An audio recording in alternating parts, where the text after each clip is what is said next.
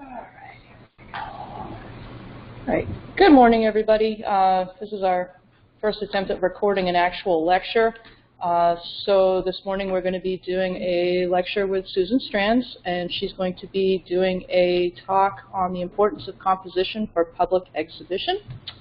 And I think that's about all I have to say. I'm going to turn it over to her. Welcome, everybody. How many of you create illustration right now for the type of art that you do? Are you in the botanical illustration or scientific illustration field? Nobody? Mm-hmm. You went to school for it. I'm learning. You're learning. You're in the CE program right now. You went through it, Lori. Mm-hmm. Nancy and I have. Al, you have a RISD background. I used to freelance, but I give my stuff away and I pass that. I don't have to work for a living. Okay, well then, one of the reasons that I was asked to talk was to help you make that distinction. Oftentimes people will ask, what's the difference between illustration and fine art? I want to put work into a show, but I'm told that it's too illustrative. So the way I've, over the years, kind of come to surmise it for myself is that illustration, really scientific illustration, botanical illustration, all of it, your job is to observe and then to record as accurately as possible. So you're not copying in the negative sense, but you're copying because that's your job. Mm-hmm. You're trying to illustrate the real form exactly as you see it. So it's very important that everything's accurate. When you make that transition to fine art, your job is still to observe.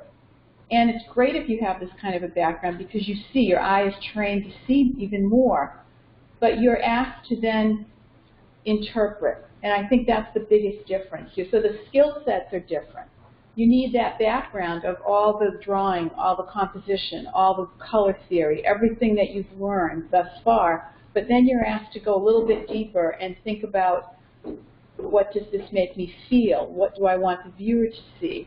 And all the elements of composition I'm going to discuss today would apply to both kinds of art. You would just use them a little bit differently, perhaps. So what I'd like to do today is go through a checklist of things that you would want to consider if you were putting your work somewhere to be potentially in an exhibit and you wanted a fine art bend to it. But it would all still apply to botanical art. And those of you who have been in this for a while know we've talked about Shirley Sherwood's collection. Who's the person that we all love that does the oil paintings of animals in their habitat? Bateman. Yes, Robert Bateman. Yeah, You look at his work. Now he's someone who takes the he articulates the specimen very accurately, but the habitat is magical, and so he crosses over. His work is definitely a baby of both. And so you can take this anywhere on the spectrum from reality to abstraction. Where you sit on that spectrum is up to you. And so he's a great example of crossover. If you look at the botanical illustrations that are coming out more as a fine art bend, they have much more thought put into the composition instead of just the formula of the illustration on white background. So that's kind of where I'm leaning, more towards the fine art side when I talk today. But everything can go back into that. Okay. Sure. So does it mean that fine art can push into more the abstraction? It means that you would, let's just say that you were looking at flowers in a field, and you were doing a scientific illustration. You would most likely focus on a flower, the way the petals meet. You might do a cross-section. You would be looking at veination. You would be counting petals. Everything would be really precise. Color would matter, and you would want to match the color exactly to the specimen.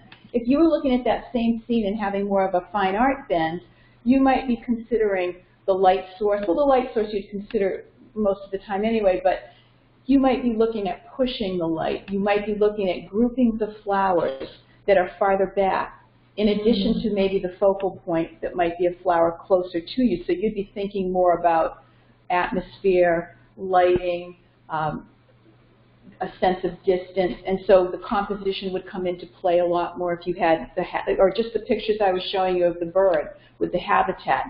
There's a lot of compositional things that need to be considered before you put that piece together. So that's what I mean. So it's not necessarily abstract, it's more of a thoughtful process of how you're going to compose that flower or that animal in its natural habitat, perhaps. So I have a handout of things that, John, we have one more. Should we pause? Keep just pausing. I'll wait till she comes.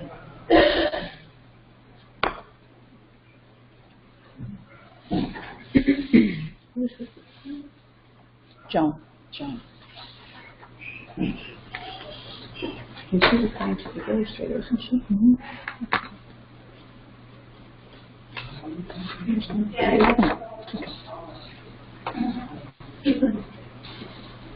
Kind of after the fact, but I think you should give a little info about your background. Oh, okay. Okay. Maybe other than your graduate.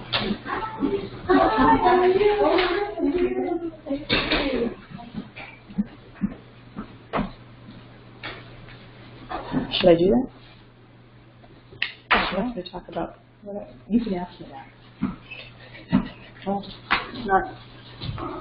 Are we starting?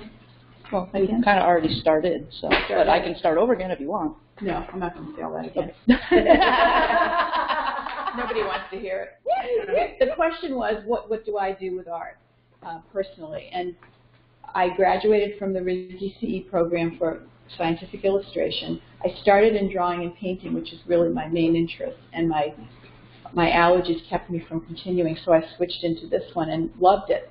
And have taken, so for me personally, my art is a cross between the observational skills that I learned here were fabulous, you know, the color, all of that, but I push it more to a fine art bend. That's where my interest is.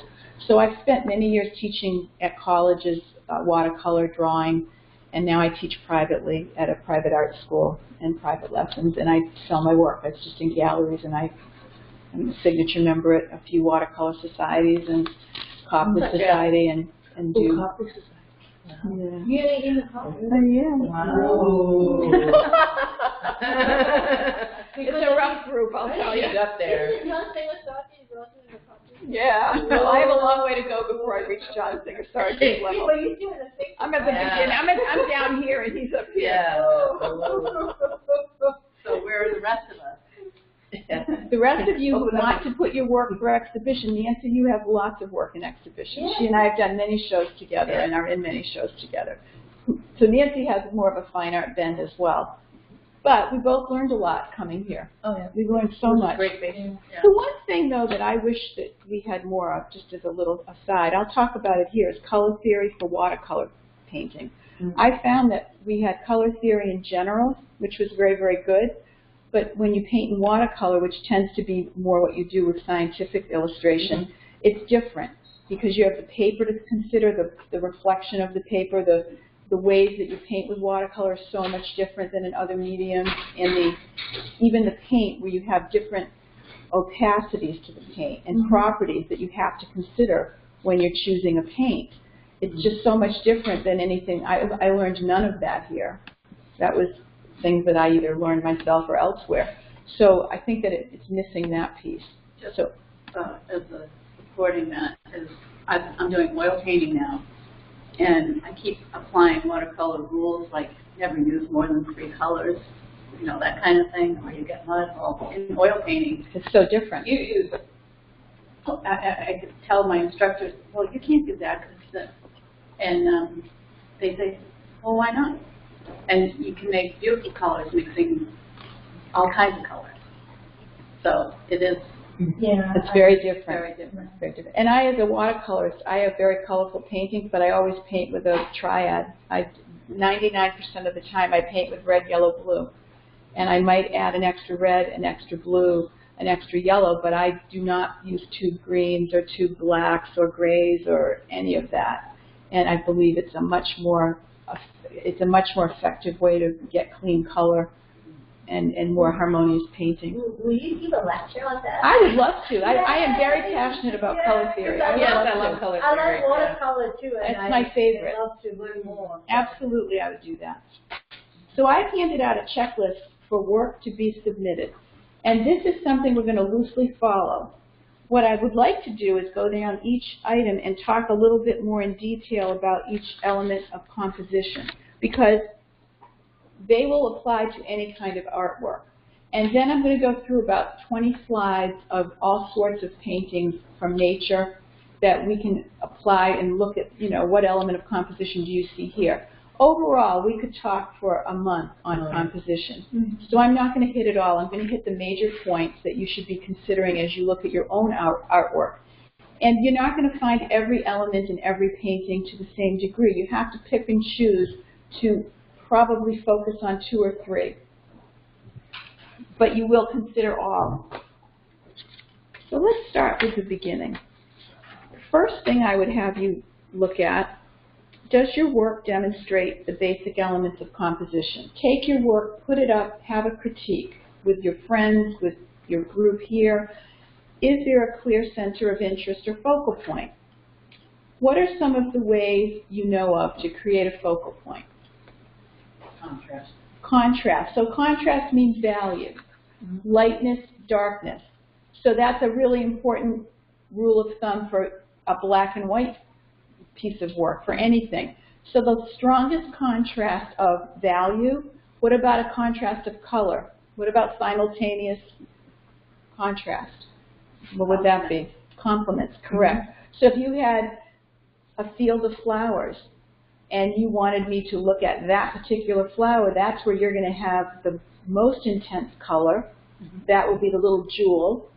That's where you'll have the brightest color, the most intense color, the most saturated color, and you'd have complementary colors side by side if you could. That would make a lot of sense. So you'll see in a lot of landscape paintings, there's always red in the green field because that brings you toward it. The other thing about that is keeping in mind that the sides of the painting should not be as important as what goes on toward the focal point, both with detail and with color. So oftentimes I'll take like a cobalt blue and spray down the sides or wash down the sides of a landscape, which helps push you towards the area of focus, especially with foliage. You don't want, not everything can be as important as everything else. You've got to select a place to put the eye as the main focus and then move it through.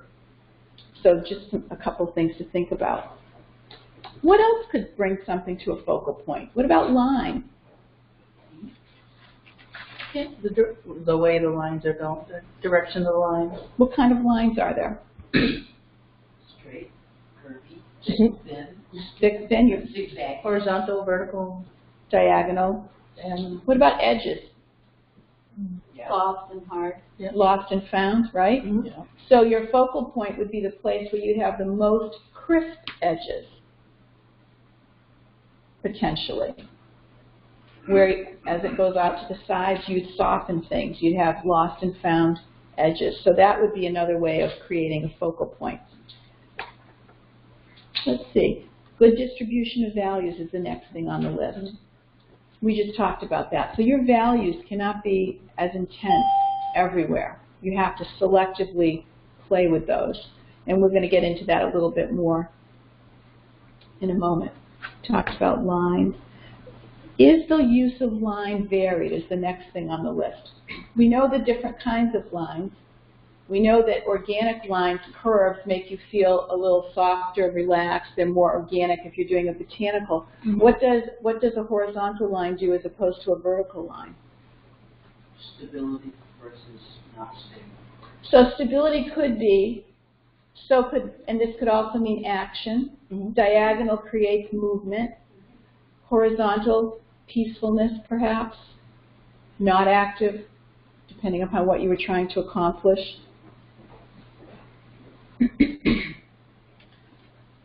Shapes.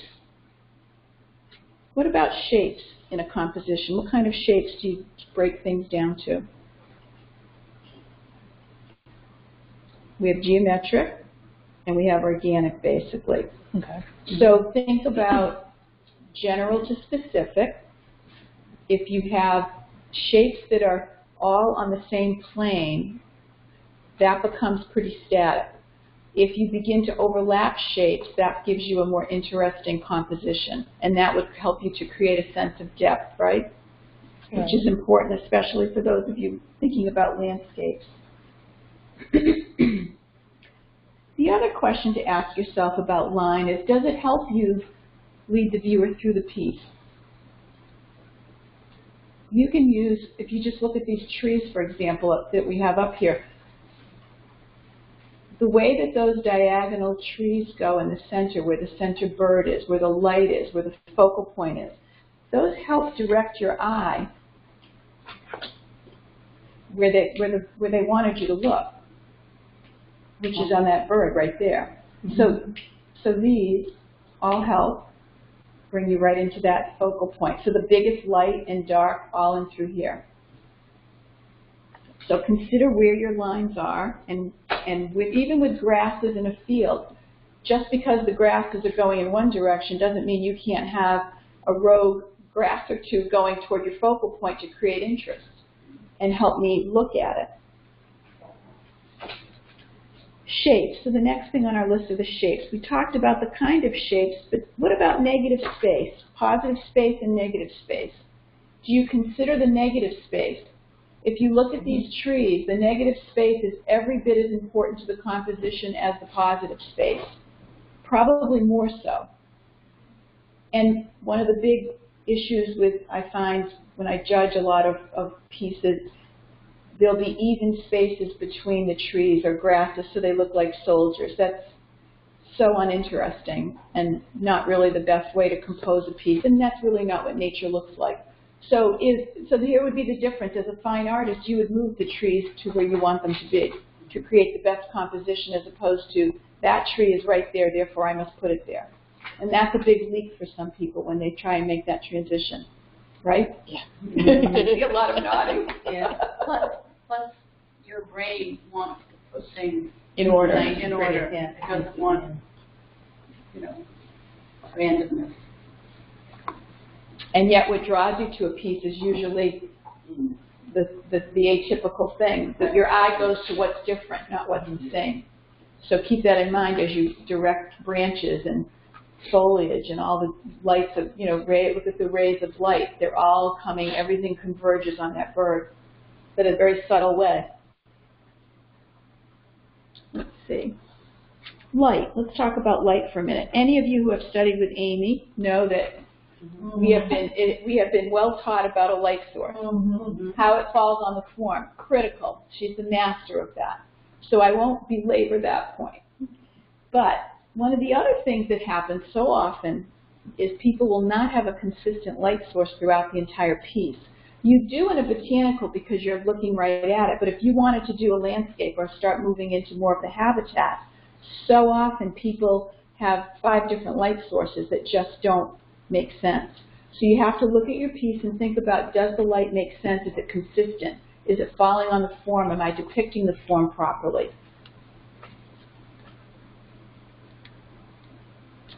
Shadows and reflections would fall into this category. Something we didn't spend a lot of time on were reflections because we weren't painting landscapes when we all took these programs. So that becomes an issue. Shadows, keep in mind, fall on a surface. They don't create a black hole. We spent lots of time on that. Reflections, we didn't. So reflections are a tricky thing, but that's something you need to spend a little bit of time studying and observing very carefully during different times of day, different weather, all of that. And that will help you quite a lot if you're doing landscapes. What about texture? What kinds of textures might we depict? Look at the foliage here. What kind of textures do you see even in this one? They're shiny. Can't hear you. Shiny. Shiny? No, they're not in that picture. But thinking about leaves, they might be soft, shiny. They're rough because we're looking at bark. Yeah. Pointy with the branches. Right. Sharp. Different shapes, sharp. Yeah. Notice that the background, there's a lot of great negative space, and the shapes are clumped together. When you're used to doing botanicals in a tight way, you tend to look at a leaf. When you're moving toward landscape painting, you need to think about groupings and get away from the individual leaf and look at the groupings that this artist has put in here. The negative space is really interesting in that yellow area. where the focus begins. So different textures matter. Now, are you going to see texture the same way where the light hits versus where the shade is? No. You wouldn't on an orange that we all painted, and you wouldn't in nature on these leaves. So that's a big consideration. Notice how the light hits at the top, where the light's coming through. Those leaves have a wash of yellow versus the ones on the left are cooler and bluer, darker. So temperature is a big deal when you're talking about something in nature like this, a landscape like this. So the texture matters, the shapes, the negative space. Color. Oh, I'll stay in perspective. Here we are. We're on perspective. Is the use of perspective accurate? We didn't really do much in perspective, but we did in our drawing classes. So that has to be right on the money if you're looking to put your work into exhibition. Many people paint in a loose style. It's probably never going to be one of us, although Nancy's leaning toward that. But the underpinnings have to be solid. Work that is abstract is every bit as difficult, and it has to have good, strong underpinnings. So that you might paint what you can use 20 strokes for, use 5. You know, use economy of brush, but put those strokes in the right places so that the perspective still reads correctly. So you can depict it more loosely, but it still has to be accurate. What about atmospheric perspective? What would that mean? Things in the distance are cooler and lighter. So things in the distance could be cooler in temperature, could be more vague. The shapes would not be as crisp. The detail would not be as evident. Now, that's a perfect example if you just look at the foliage. The amount of detail and the intensity, everything changes. But that's washed in light, so that doesn't get cooler. It's the reverse in that picture. But generally speaking, it would be a little bit cooler. Let's see what else. Contrast would be reduced. Size would change, diminished size. So the visual perspective would refer to things like overlapping, diminishing size, providing depth and distance through those measures, convergence at vanishing points. All of that would have to be considered. And then linear perspective. How do the shapes, edges, and sizes of objects change in appearance when they're seen at different positions? So that's something to consider. As you move your eye, as you move around and look at a building from a different angle, obviously the perspective will change. A path in the woods will change. It's all in perspective. So those things always have to be thought about.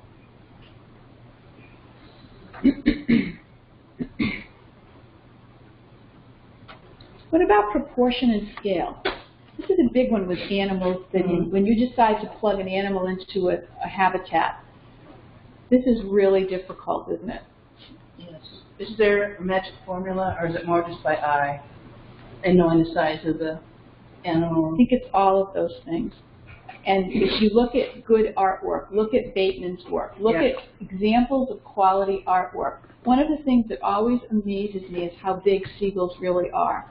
I look at so many paintings for judging, and I say, that bird is a monster, it's too big. And then you look at the beach when you're sitting there at the width of those wings, and they really are big birds when they're flying. So I think you have to think about the focal point. If the bird is the focal point like it is in this one, perhaps you make that bird a pretty good size and you make everything else fit to that. If, on the other hand, the bird is just something you nicely see as you go through the painting, it's not the focal point, it's just oh, look at that, that's there, then you might make it less important and it might be smaller. So I think you have to decide first what the goal of your work is going to be. And then, yes, absolutely, you need to know the proper measurements. How big is a bird in comparison to a tree? Well, it depends how close the tree is. So those are all considerations.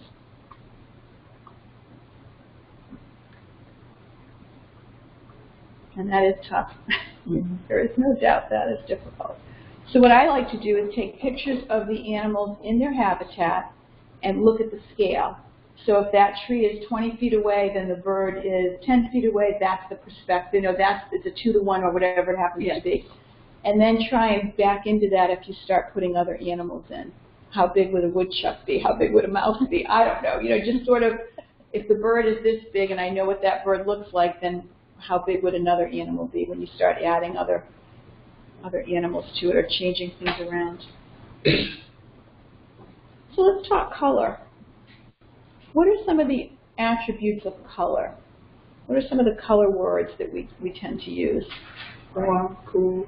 Warm, cool, hue, bright, intensity, saturation. Do colors have values?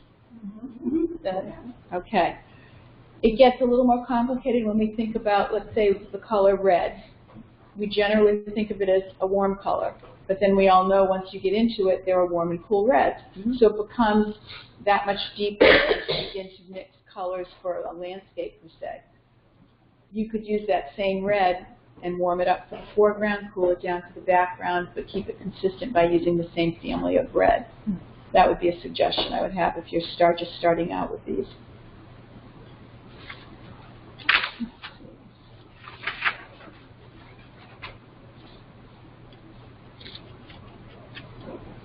What about using color to move your eye through the piece? How would you do that?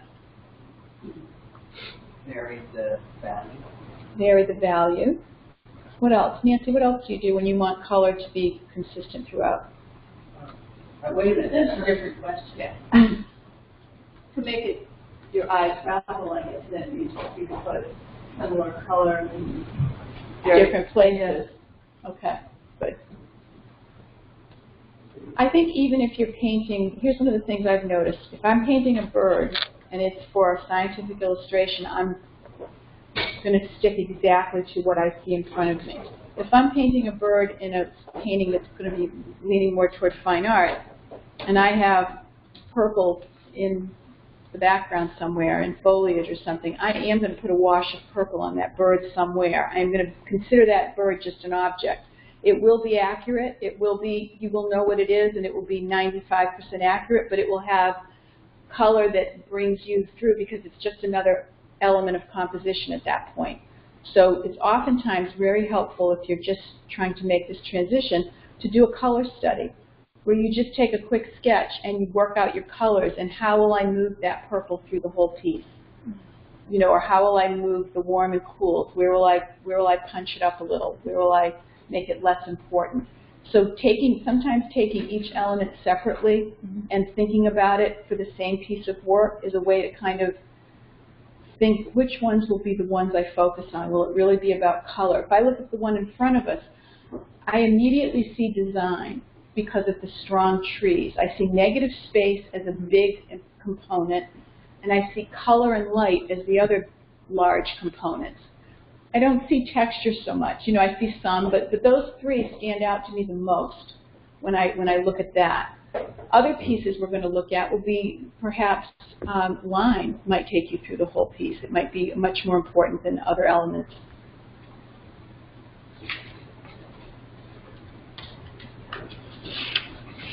I was just noticing that how in the painting, A little louder? in the painting, everything in the painting, in the design, focuses on that bird. Yes. The little inlet underneath him, the two groupings of bushes, They go right toward the right center. over the shaft of sunlight, the space, the shape of that opening is. It all goes. And you have a big dark and a light right at the back edge to bring you in further and ground you. And that light that they have at the very back against that dark, that really helps ground the horizon. Otherwise, you would just keep going. So that stops you and it brings you up to the bird. Look at the way the wings go, the shape. Brings you back up to the sun ray, but the sun ray brings you back down to the bird on the left. The bird on the left is facing the focal point, so it brings you back around. Then you have the light in the water, brings you back up. So wherever you look, it's perfectly designed. Susan, do you feel that you do that intuitively when you study? doing that work, or do you feel you learned it as you went along? Both. I think for everyone it's different. For me, color is intuitive. Design I have to think about, but I think you have to learn the basics in all the modalities. Really learn design, learn composition, learn all of it.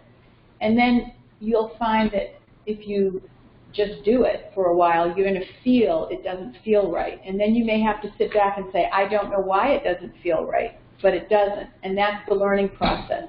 And that's when critique with friends is helpful, because I might be strong in one thing and you might be strong in something else, and we can sort of visually figure out what's wrong with the piece. Yeah, a lot of times you look at your piece and you know something's wrong, but you just don't know what. Yeah, you've been staring at it for so long, sometimes you can't see it. Yeah, you don't see it anymore. And then you'll show it to someone who is kind of in the same place, and they say, oh, look, that's what it is. It's like, And then you say, I didn't see that.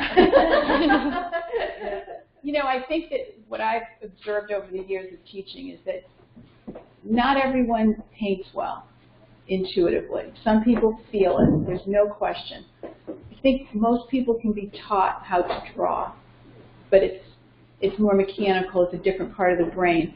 And I think almost everyone can be taught to a certain point painting, because there's a technical aspect to it.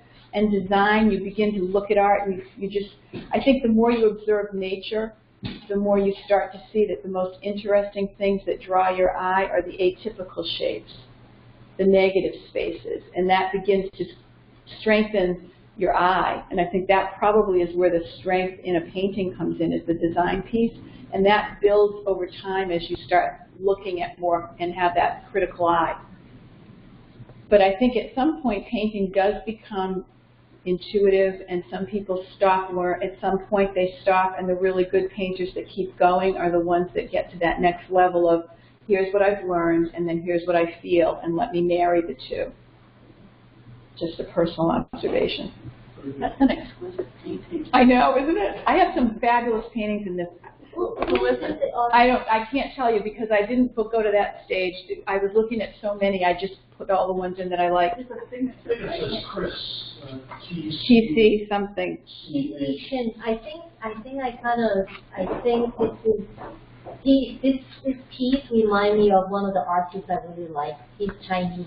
He is. This is a Chinese artist. I know it is. He started with the Chinese brush. That's how I like his work. Do you know Lian Quan Zen? Look him up. You probably like him too. He is. I spent a week with him at a workshop. Yes, that was him. Yeah, he published a couple books. Yeah, I read all his books. Yeah. And I think he gives workshops. He does. I just couldn't make. He's fabulous. Yeah. He sounds like a really good guy. He's very good, and he was an MD in China, and he came here and then became an architect. Yep. And so and if you look at his work, you would never even think. It's very loose, but it's very tight. It's very different, but very much in the Asian style, and yet it's crossed over into kind of an American style too. I don't know how to describe it. I'll bring the book. I'll bring the book. Yeah, I really like I have several of his videos, and I'll bring you some of the things we did in the workshop. He has a very interesting technique. I agree with you. He spray bottles a lot. Yeah, he looks loose, but it's very tight. He actually think about. Absolutely. Plan everything. I remember I did a line and a linus in one of his classes, and he came over to me. He was looking at the anatomy of the male lion, and he said, "Oh, no, that is not what it looks like." And he got out a pencil, and he directly drew the male anatomy. He said, "You must not leave that out. That's very important to the male."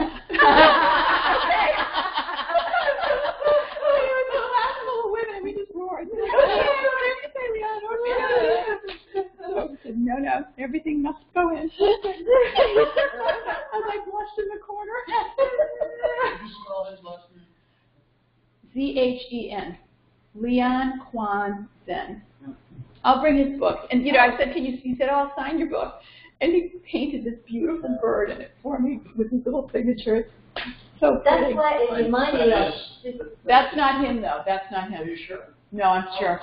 I'm sure. That's a CH. Nope. Something. It's a Z8, that's not his style. Oh, yeah, that's a. It have a little bit of, A little, but he's even more out there.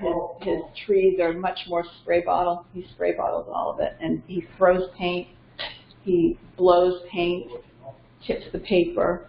Everything is very, very loose, but in a way it's precise. The way it looks, very interesting. How do you get, following your thing, Oh well, how do you, when you do a watercolor like that, how do you get those little soft negative shapes between the tree branches and the leaves and the you just paint. I mean, You just paint lightly. No, you just paint it, and leave the. If you do a wash of yellow or whatever if you start out with, I'm looking at the top, paint yellow, orange, whatever. Make your wash, wet the whole paper, do a wash, tip the paper a little bit so you get soft washes. When it's dry, all they did was they painted the lightest leaves with just a soupier mix of paint so that it was lighter, and they just painted it. That's all. The spaces in between what? Yeah, it's just painted. I mean, I can see doing it with oils, but No, you could do that, Nancy, with a little tip. You just make the leaf shapes, and then they pulled out with a damp paper towel or a little edge of a brush the sun rays. Just pull it straight out. yeah, if you use a Chinese blade, you just shake your hand a little bit. And that'll do it, right? Yeah, that's all that is. It's beautiful. It's beautiful. I know. That was the first one I picked. So last on our list, I believe, is balance and unity. What does that mean? What does balance mean? There are many kinds of balance in a painting. What's one of them? that you don't have A little louder? you don't have all the, everything on one side and then, I don't know. So visual weight. Yeah. Visual weight. That's the word. Yeah, it is. You can look at something, and we've done examples, I'm sure, in classes. You've done them where they'll have blocks of different colors. And a block of yellow might be bigger, but a little block of violet might feel as weighty just because it's a visual thing. With a painting, if you blur your eyes, a good technique is to stand back, blur your eyes, and just look at how it feels. The left side has more dark, more weight. It's definitely weighted differently. But somehow, because the focal point and the large area of light in the water are on the right-hand side, it feels visually pretty even, or it feels okay. He's got a triangle of light, two birds and the reflection keep you moving in that focal area. So it just depends. It feels, for me, that feels comfortable, that however they've weighted that. And it's not a 50-50 split by any means. So it's just something that you have to feel, you look at it, look at good quality artwork and just note some of these things we're talking about, and they will become evident. And one thing I don't think we mentioned in the focal point is where to put it. Where to put it, yes, that's another good point. So, many, many ways of thinking about it. Have you heard of the golden rectangle? I'm sure lots of you have. Mm-hmm. One of the things you can do, I'll do it on the back of my paper, is this. If this was your format, this is one of the easier, there are so many ways to do this, but this is the easiest way.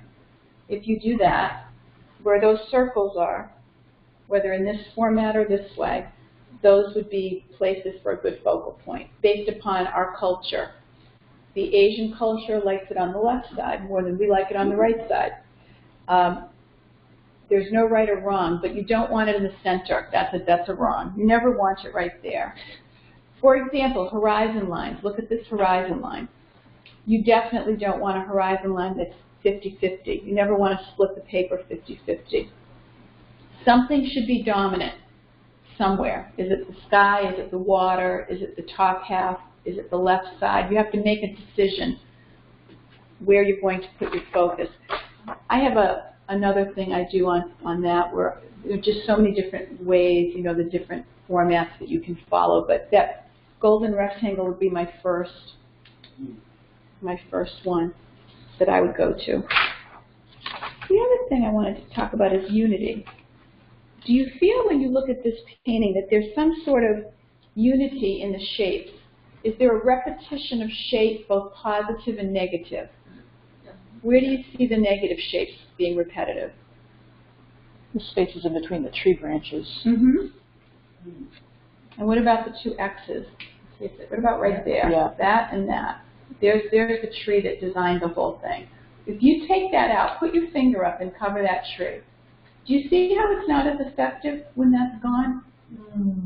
See the difference that made? When you have a big hole in the painting, if you look at that, that would be at the 50-50 mark. So right here, I don't know if you can make this better. Right here. Well, maybe because Right there. it's Chinese, that branches Right here? cross over there, yeah. Yes. That's the character of woman. Oh. So it's upside down. So when I grow up, you always want to incorporate it when you're in tree. That you need to have a woman there. Interesting. Oh my God, that's so cool. You have to teach the next one. Oh, I want that. That's very interesting. It's just, when you try it, it's really interesting because all the crosses and make it, so there's other things that you can do, like in the Chinese, like fish. It looks like a fish. That actually looks like a fish too, but it's actually a woman character there. But there's a lot of interesting, when you use Like brush, symbolism that is actually, it looks really elegant. That's why those paintings look so big. That's why you like them, because you didn't know you were looking at like It's very a subliminal. woman or Interesting. yeah. And it makes the Because whole piece. I think it's Chinese. I think that's why he put it there. I'm just guessing. No, he is. This is a Chinese artist. I know it is.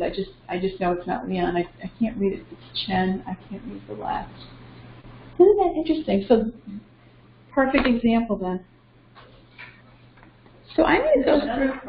Yes, actually, that's actually very close to. There's two of them, yeah. Yeah, Oh, two of them. you get it. There's On the left side.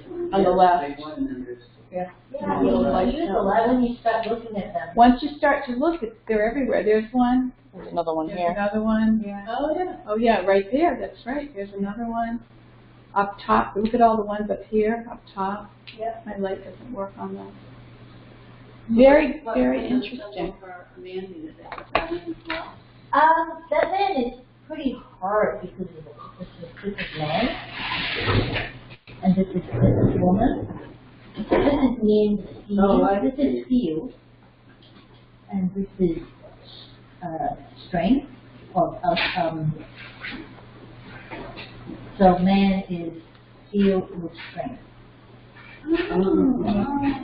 And then woman is symbolic because I think this is like a, in the old day it was like a woman,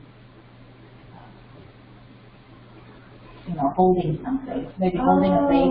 Okay. So it evolved into that. the character of woman. So this is, so it's upside down. He's Yeah. So it's I see upside that. down this Yeah. way. You can see that's the arm. It is, and then you have to have a cross. So it's That's right. If you look upside down, you Yeah, see the it's arm. upside down. Yeah, that crossing. That is amazing.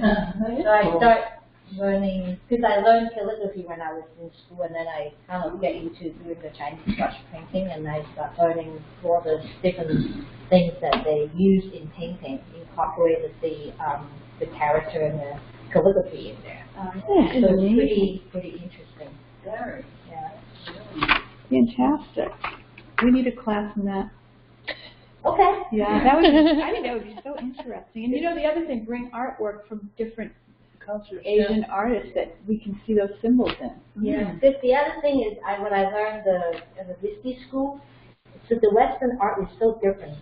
It is. It's like you have to feel the painting with all the stuff. I said, no, I need the white space. I don't want to, because the white space is very important in the Chinese brush painting. Mm-hmm. And I always have trouble of putting stuff in the painting because I like simple, I like Right. the form. The place to rest. Yeah, to rest and to breathe. And it was a hard time for me to deal with. But that would be good for. That would be very good.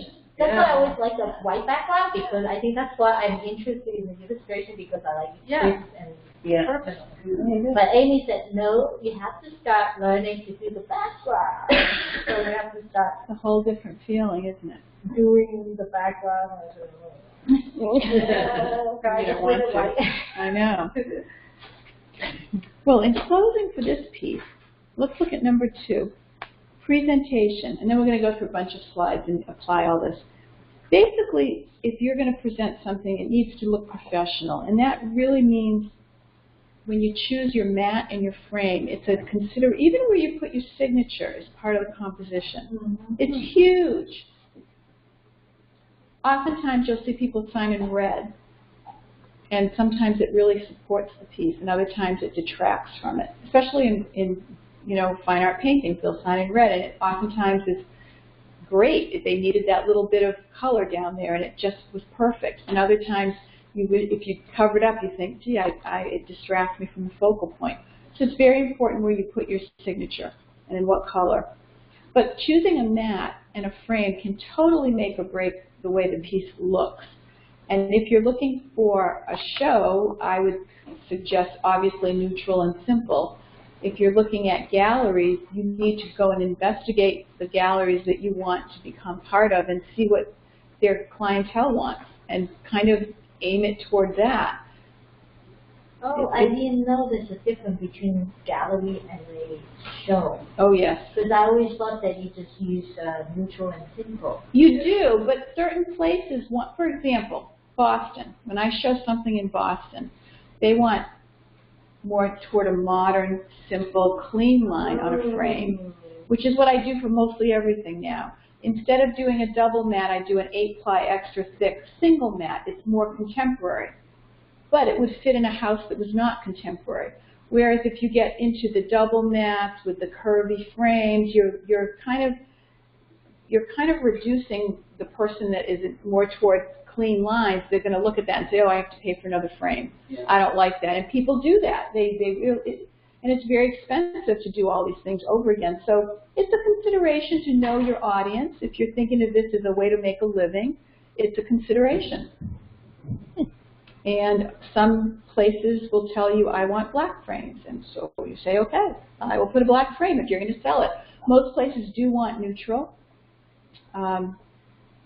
It's a good way to start, but I would be careful to keep things simple. You're better off being simple than too ornate. And oftentimes with oil paintings, they will have very ornate frames. It's a different feeling. And as you know, Nancy, on the Cape, it's a whole different way of design versus other places. There's a definite feeling, so it just depends upon where you're going to be putting it. But as far as the actual image, that regardless of how it's framed, when you enter a show, make sure you're getting your image properly photographed or scanned at 300 dpi in a JPEG, and then you can turn it. Most places want that, by the way, if they're going to use it for print, because oftentimes they'll use your piece in an advertising print. Something, so they want that. But then for entry, it's usually 72 dpi.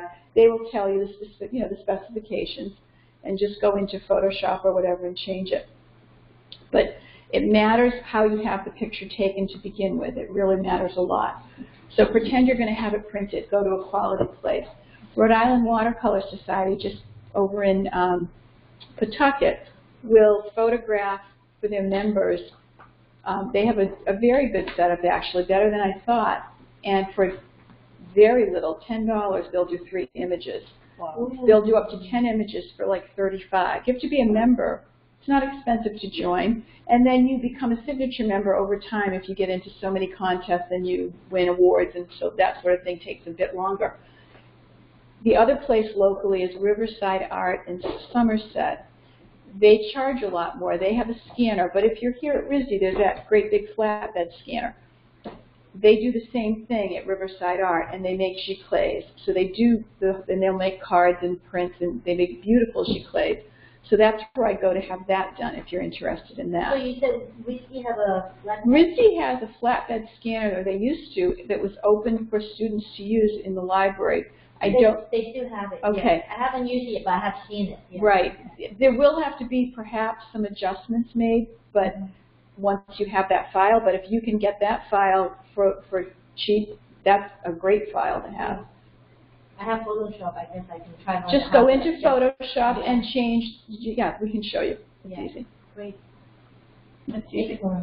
So don't take a picture with your phone necessarily and expect that that's going to cut it. It won't. Because these people are viewing hundreds of images. and they're going to see it on a screen like this. And so if it's pixelated, they're going to just go to the next one. You know, so make sure that the color is as accurate as you can get it. So we talked about that. And then the other thing, just details. Make sure if you put a piece into a show, let's say you want to put, there are open juried shows at Rhode Island Watercolor Society that anybody can enter. Some have to be members, and actually Nancy and I are going over there this afternoon for a demo. There's a free demo at 2 o'clock, a watercolor demo. So we'll be there. But you have to look at the back of the painting, the hardware. Is it properly done? Does it have a dust cover if it's a watercolor? You don't want to put it into a cheap frame that isn't properly put together. We can do a framing workshop sometime. That would be good. I frame a lot of small things myself, not the big ones. But if you're doing watercolor, UV glass is a big deal if you're going to sell it. Not a big deal if it's just something, you know, small, but if it's a big piece and you're not using UV glass, a gallery won't like that because it will fade. Even though you use paper that is archival, you should be using artist grade paper always and artist grade paint always, and those will not fade in theory for 100 years. But if someone puts a watercolor or some sort of illustration with ink into a sunny spot, it will fade. So you need the UV glass. Now, as far as doing the watercolors for the framing, is there any difference between setting it up as a float versus having it go all the way out to the mat? Traditionally, you take your watercolor and you don't float it. You have the mat right up against it, and you tape it to the back with hinges. Mm-hmm. And then you have a sheet or two of foam core or mat board so that it fills the rabbet of the frame. And then I put my points in, and then I do my dust jacket and then my hardware. But if you have deckled edges, you float it. Right. We all have deckled edges. They don't want it floated in the gallery. No. People want, what I've experienced, I think there are some pieces that look gorgeous that way. My experience has been most people think if you do something and leave white, this is one of the American bugaboos, or you do a vignette where you have white edges here and there, oftentimes they think it's unfinished. It's not. It's what you intended, but it depends how famous you are. If you're famous, you can get away with it. But you can say, I meant to do that. But the average Joe Schmo consumer wants the entire thing covered in color and wants a mat and a frame and everything so it's ready to go. They don't. It depends who your market is. I have a question of the dust cover. What is it? I never use it. I mean, I frame my watercolor. I just put a. What do you put? Do you put the paper on the back? That's what I mean. I use the foam core, and then that's it. I didn't use any additional dust cover. No. The dust cover. Oh yeah. What exactly? What you do is once you put the points in and you've got the rabbet filled, right?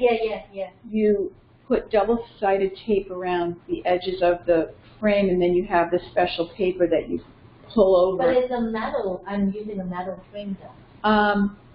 They still will use a dust jacket on that because dust will get in and get in front of the mat, and then it doesn't look good. So you should still do that. I have to look into that. It also hides all the hardware. Yeah. It looks cleaner. And then I put those little rubber bumpers on the corner. I really supposed to put them on the bottom, but I do it on all four because when you stack paintings, it protects the frame. See, I see that with the wood frame that they have a dust I would cover. do it on metal. Do it on metal as well. Because I also put the bumper on it too, so. No, people don't want to see all that in the back. They think it looks unfinished. Because then if you put the dust cover, you can then put your card. Yeah. And again, depending on where you go, some places don't want you to do that. They don't want, Catholic Society will not allow us to put anything on the back that will allow people to contact us. They want everything to go through them, so you can only put your name and the title of the painting. Whereas other places, like a little bio and a photograph and a card, so now everything I just put the name and the title, done. But you can advertise yourself on the back. Yeah, I used to have a pretty little picture and some information about bio or whatnot. So I have to learn how to put a dust cover on a metal. Same way. Just tape, double-sided tape. Same way, I think. That lecture this afternoon that you run out on Watercolor Society, it's open to anybody. You don't have to be a member. No, you can just come in. And when you go... Slater Park. Yes. Any of you don't know. That's off Newport Avenue. Oh, I didn't know It's that. not far from here. It's a great little spot. Thank you. I'm in there. 2 pieces in that show. Wow. Oh, really? Oh, so this is the show this afternoon? The show opens this afternoon, but they always have a demo by someone before. Oh. So at 2 o'clock the demo starts. Okay. 2 to 3, and then 3:30 they do awards, and then they just view the show. Yeah. Yep. Oh, it's a nice group. Yeah, it's great. Okay, let's look at some. And then lastly on my list, I have proficiency. So if I'm looking at a piece of work, let's say I jury a lot, and one of the things I will note is proficiency of the medium. So whether you have a wonderful composition or not, and everything else is great, but your proficiency with the medium is awful, well, it's not going to fly. So go back to the basics. Always go back to the basics of, are you proficient with the medium? So you cannot break rules until you understand what they are. You have to understand all that first. And then you can become more and more loose and artistic and interpret things as time goes by. So let's look at the next slide. Okay, let's look at this one. What do you see here in terms of, let's talk about color first. What do you see temperature-wise? What's happening here that's successful? Also cool.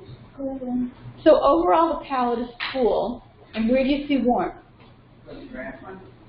And in the water, there's a foreground. Foreground. Yeah. Can you have a successful painting that's 50-50 warm and cool? What do you think? Probably not. Probably not. So this artist made a conscious effort to make it a predominantly cool painting with areas of warmth that are, if you notice, the highlight, the green in the water in the foreground is probably more the focal area, but there's a touch of yellow on the grasses at the back so that you don't just stop in the foreground. You still, and then you keep going. In the way far distance is just a tiny bit of warmth, so that your eye continues to move throughout the piece, so that they did a great job with atmospheric perspective. The branches and the sticks in the water, look at where they're placed. Do you think they help? And they're pointing towards the birds. Correct. Yeah. Pointing to the bird. Correct. The grasses, the way the grasses are falling, the branches. These are things that can all work toward your advantage to help you. But there's no woman in it. This is not an Asian artist. It would be better with a woman in it. But Susan, can I say, it was like some of Nancy, those birds, those are swans. You think seagulls are big. Those birds aren't big enough. Those birds are not, but and here's an example of someone who's an art, this is the other flip side of it. So someone with your eye, that's why you guys can make really good painters. The person who painted this is a landscape painter who decided to throw some birds in. That's what I thought. Yeah, they look like they're kind of the Exactly. They're not. You can do without them. And that's what he painted from. Exactly. And so to this audience, this painting does not fly because we know how to paint a bird. To Joe Schmo, who's going through a gallery, they're going to say, oh, look, some swans, isn't that cute? They don't know the difference. So that's an artist that did a nice job. They don't. And so the artist did a nice job on the landscape, but not a great job on the birds. No, you ruined the painting. Yeah. So for me, I prefer to not have the birds as well. If you cover the birds, it's a really nice little. Right. Next. Because you put the birds in glass. An afterthought. Yeah. Someone probably said, hey, you need something in this. And he said, let me throw a bird in. I did oil painting one time. It was Barrington 100-acre Cove, and I decided to put some ducks flying. And it was a very, very hard decision as to the size. It is. I probably worked as long On that. that decision as anything else I did. Exactly. Did it work? I thought so, yeah, but it isn't, it's a problem. Yeah. But this all here had that problem.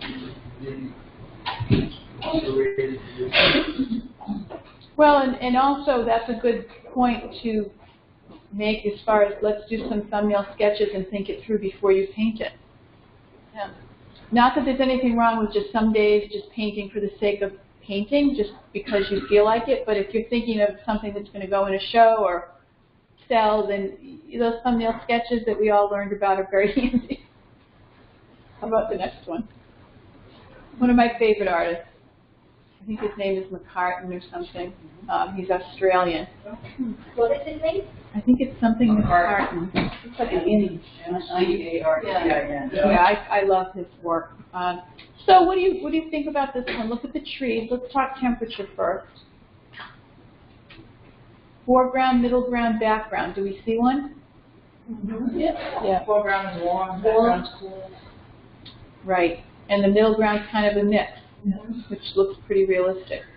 Notice the cows on either side are more in shadow with a sliver of light. The focal point cow, much more light on the form.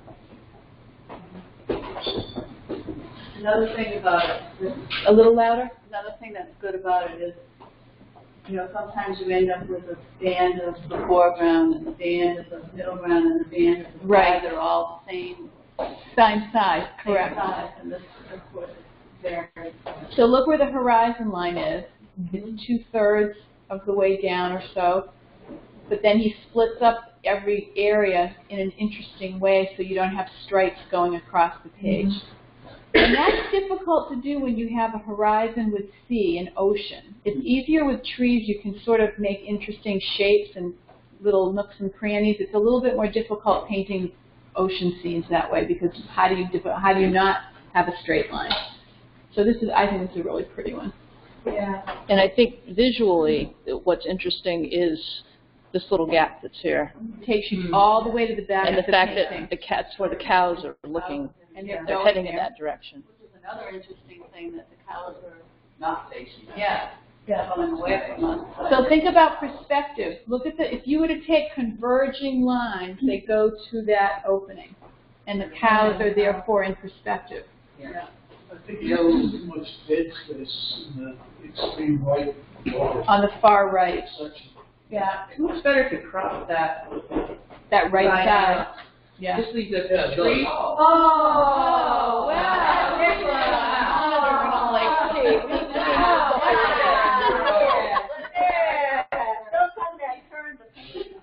Oh, there you go. I knew I liked it. See? I look down, I'm looking at my monitor, I'm like, okay, that looks much different than it does up there. Okay, so look at the brushwork in the tree. So here's a good example of a precise animal and a looser rendition of the foliage. So it's more painterly. So when you hear people say, I want the brush stroke, I want to see the hand of the painter, here's a good idea. It's there, but the form is very accurate.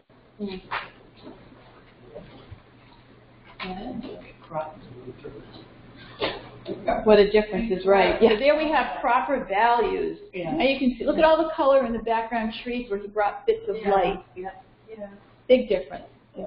Yeah, that's another really important thing, is to have lots of different colors, same temperature. But different colors. So if you paint a green tree, it's never green. It's always many things plus green, plus many shades of green, warm and cool, and bits of other colors. Very good point. And the cows are not white. White is never white. All right, but do you think this painting is a little heavy on the right side with that big massive black? Yes. blob of a tree? Yeah, I think it should be cropped like. But keep in mind, we're not really seeing the whole. This could be. This is what This could have been a little bit longer on one side. I'm not 100%. This is what I got when I downloaded it. So we aren't sure, but this is what I think it looks like. But I think he also balances it a little bit. If you really look at it and blur your eyes, that purplish shade off on the left Balances over right. here Yeah, balances yeah. this. Those Yeah. shapes are almost mirror images of each other. Yeah. So Plus, I keep going to the left side, even though that's the heavy side, I keep going. Yeah. Going that way. Yeah. And look at the back of the cow. It's the focal point and the great big dark behind its backside. Perfect light against dark, where you really, and that's a mirror image too. Real painting, I bet. it's not as flat as black. It's probably not. You know, there's probably a lot of color in there. And I'm sure it is. I'm sure you're right, Nancy. There's probably a lot of purple and different colors in that. Well, to me, that would make the tree even heavier visually, and the greatest contrast is with that far right cow. If you look at the snow, it's such a, you know, my take on my audience.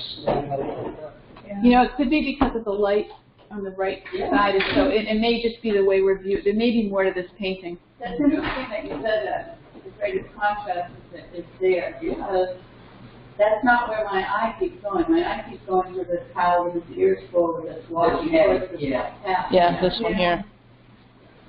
We'll never know what he intended. I think it's gorgeous. I love it. I also like this dark in here and then the light on the grass. I do too. Very interesting shape and angle. Really well done green. Yeah. And white. I think the whites are very well done. Okay, next. We've got lots of images. Here's one that is much more loose. Nancy, you can speak to this. You're the horse painter. What do you think about it? I love it. The way the shadows are on horses, beautiful blues and lavender. Is the form pretty good? Oh, yes. So here's an example of someone that chooses to understand proper form but depict it in a way that is looser. And for those of you who are striving to go this way, this is a great example of how you still have to understand the basic anatomy. And you then can make it painterly. You can't do it the other way around. It doesn't work. It's because then you end up with swans like the first one had, or the second one had. So form always comes first, and then decide how you want to depict it. All right, next. Oh, cute. Cute. That looks like the bunny you did for that. Oh, yeah. What kind of bunny was that? What medium? That was a dwarf. I don't know. I think it's oil. Maybe pastel. Yeah, Maybe it's pastel. I think it was the last one. You know, but I'm not sure what it is. It looks like It looks pastel. Dwarf. Yeah. Western dwarf. So compositionally, not as interesting as some of the other ones. But it's got diagonals. It's one of the things that I think is important is to put the top right where the dark is. That helps keep you in the picture plane because his ears would point you out. Yeah. So I think that's one thing that I do think worked well, where they kept you in the picture. They didn't bring the dark all the way across. They did it 3/4, which was successful. The shadow on the back is nice. I think underneath the chin could be a little more contrast, but the ears tie in with the background. You know, it's a little busy in the background for me, but just an observation, but well done. Okay, next. About the bunny and on the back. Well, this is about the bunny, and I feel like the background is conflicting in terms of busyness. I feel like it should be more simple because it's taking me away from the focal point. So for me, this one could be less busyness. And actually, if you look at the foreground, that seems more successful to me texture-wise. And if they had simplified the background, I think it would be stronger.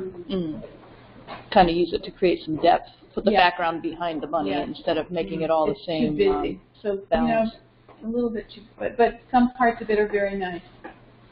I was taught that the foreground has to be warmer, but is it because this is in the shady part? Depends on the light. It depends on the light. light. Yeah. You know, there's what you learn in the book, and then there's what you see in nature, and then you have to figure out what makes sense. I would love the strokes of that bright purple. I do too. I do too. What's that stone? It kind of looks like it. It looks like that. Yeah, it looks like pastel to me. All right, next one. Oh, this is mine, so don't critique it. Just go past. This is an old one that I did in school here. Oh, beautiful. It was old. But if I were to do that again, it would be entirely different. Entirely different. I would have it be looser.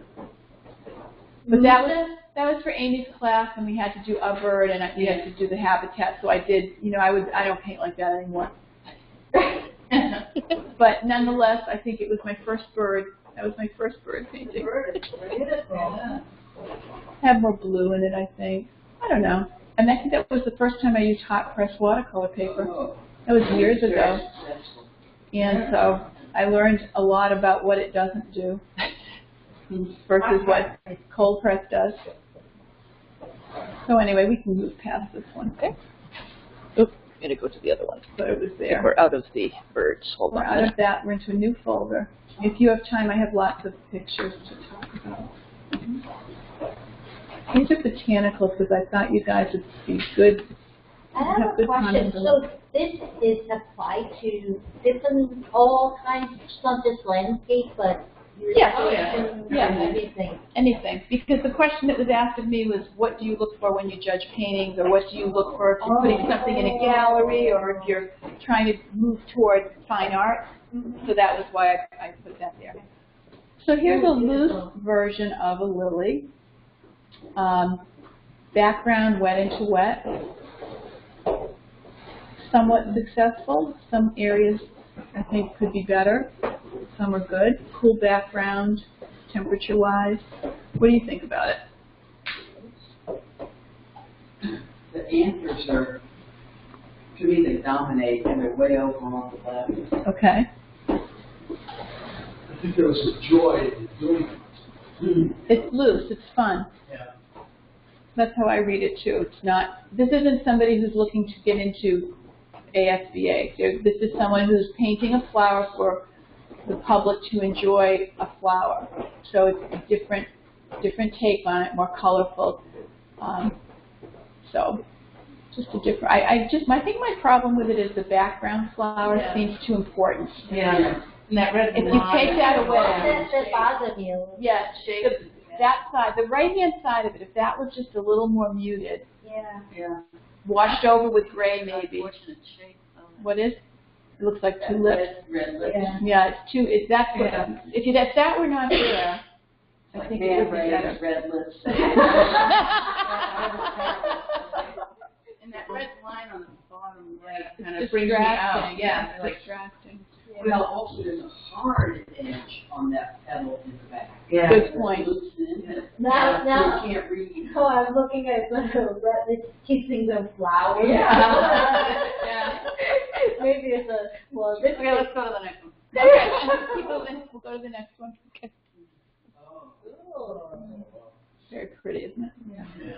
So I like the composition on this one because it seems asymmetrical, interesting edges, negative shape is very strong. saturation of color. This is a watercolor, loose background, but not too loose. Not it. This one has a what? The other one had lips. This one has a tongue. All right, now I read recently that that if you had more of a foreshortened, at an angle, that a subject that's foreshortened commands the space better than just his frontal, which is also sort of hard to It's at an angle a little bit. Yeah. Well, tilted, but if you don't see the flower at an angle, that to me is very front on. I see it more as this way. I don't see it as, it's straight on Very edge. slightly tilted. Slightly Slightly curved. to the All right, but I think it needs more. Anyway, that's how. To me, it's very frontal What do you mean for shortening needs to be more?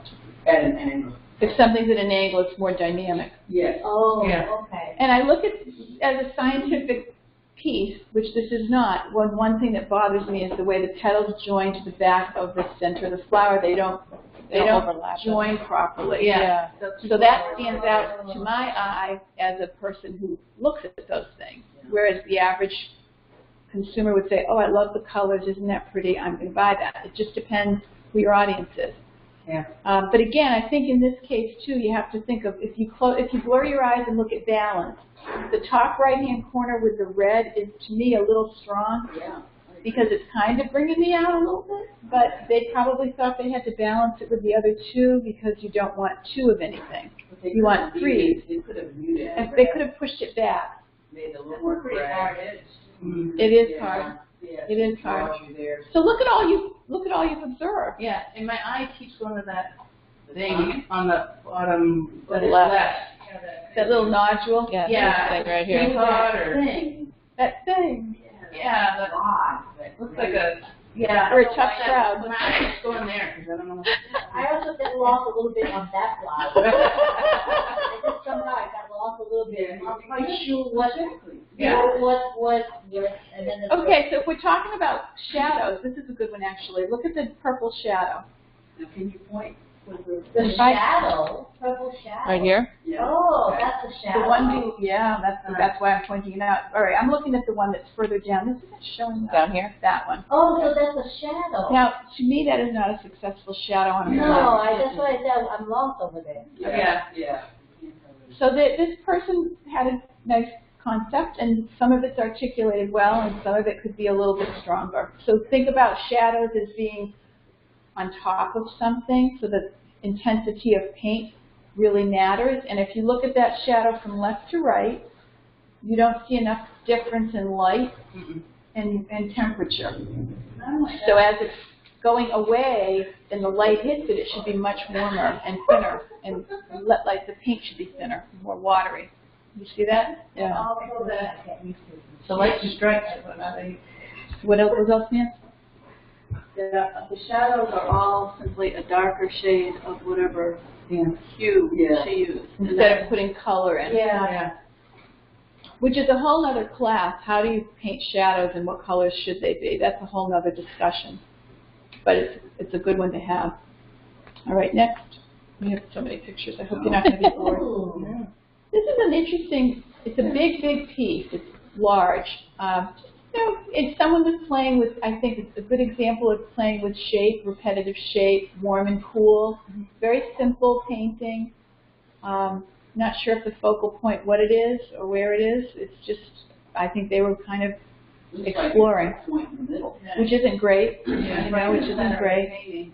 Right, so a good example of not what, don't do this. But I think they did a nice job of taking me back with the cooler greens. I would have integrated some warm greens with the cool green, not simply cut it off, but, repetition of shape. Next.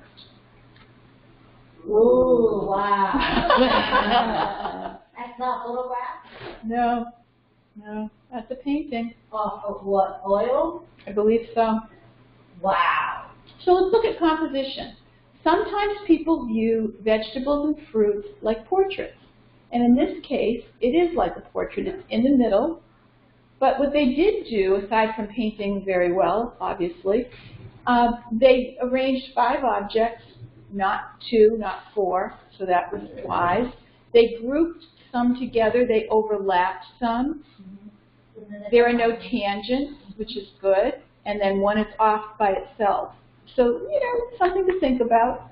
The way they positioned the leaves at the top of the tomato, I think that was probably very strategic. Yeah. Yeah. That one. You could have a little more of an angle. I would have liked an angle at that top come one. back down. I agree. Yeah. Because it shoots you out. I know. That's the one part I'm not crazy about. But I think also look at the leaves that are actually on the tops of the tomato itself. The way they curl, I think those were done pretty thoughtfully. Yeah. Interesting. You mean the leaf curl? No, I mean that where you would cut into the tomato at the top. That right here. Those. Oh. I think that was thought through pretty carefully. If you look at the way they go, the shadows are beautiful. The tomatoes on either end are cooler. The wood's cooler. It's a very realistic look. The dark background. The wood grain Yeah. Fades away. the wrinkles of the leaf. Yes. And then you have a little green In the wood. wood and a little red in the wood too. Yeah.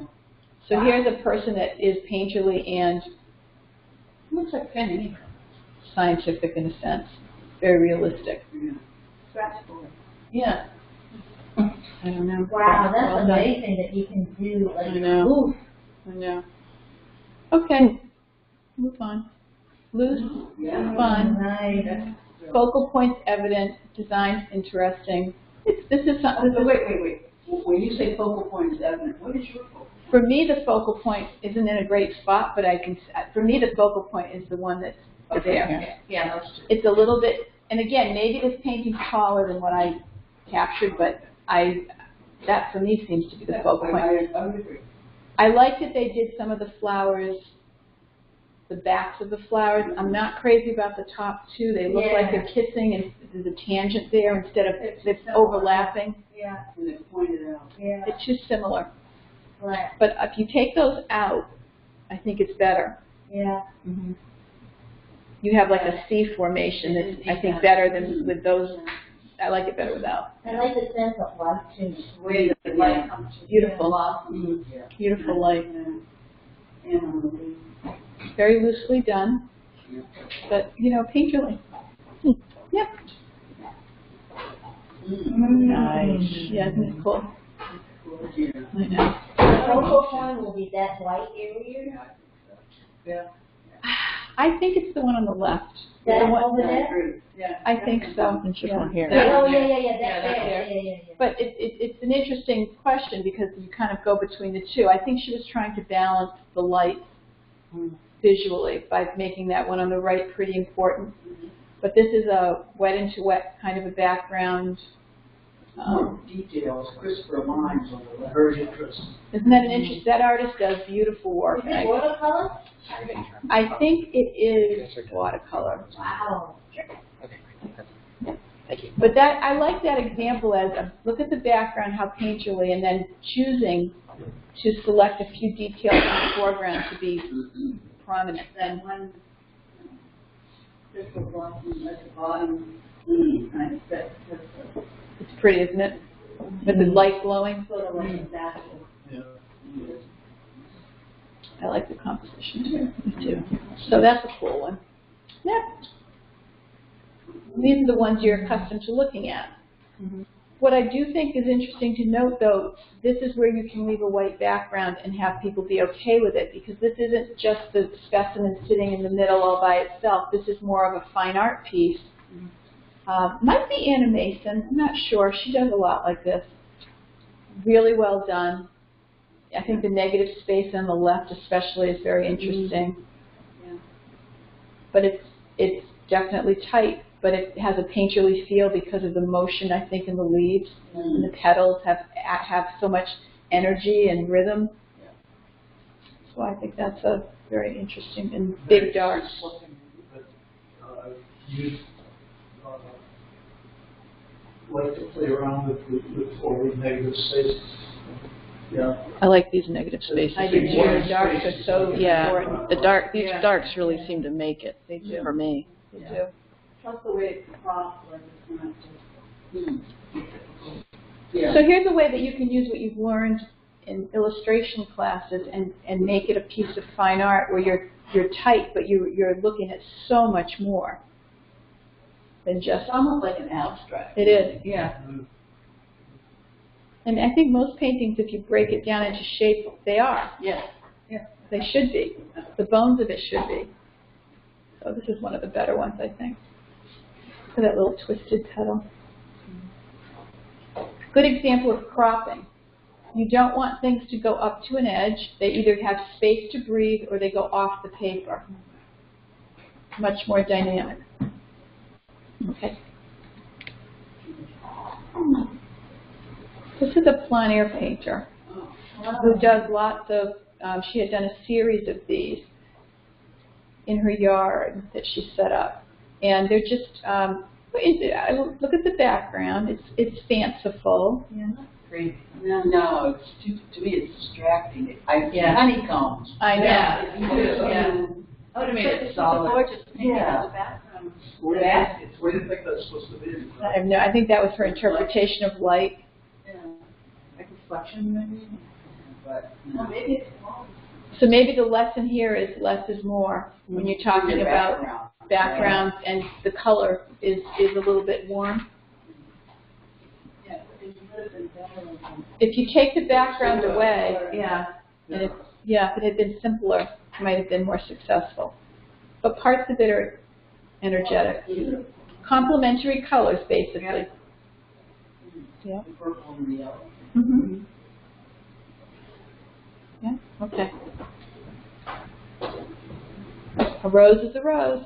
So here's an example of it being a portrait, but not a white background. Couldn't with this type of a rose. But a nice example of white, good form. Some people would add more color, but I think this person was looking more for a dramatic, monochromatic look. And, oil. Mm-hmm. Interesting textures in the background. Okay. That's that for that one. Go to, oh, do you want to see the botanicals? Okay, we'll look at that too. I think this one's already done. Wow. That was that. Oh, I don't know where we were. Let's see. Probably halfway or more. We did. Oh, we're down to the last three. Nope, I can see it. We're on the last three. Okay, so these are.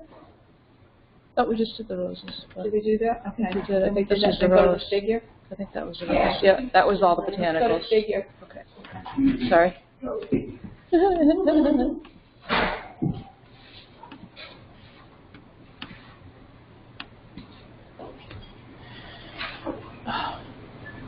There we go. Go this way. What do you think? Wow. I like it. So it's got a lot of energy. Negative space. What do you think? You know, the microphones are a little bit different. You know, a little subtle change. And they come in to focus on the face. Works. Mm-hmm. Signatures are very close.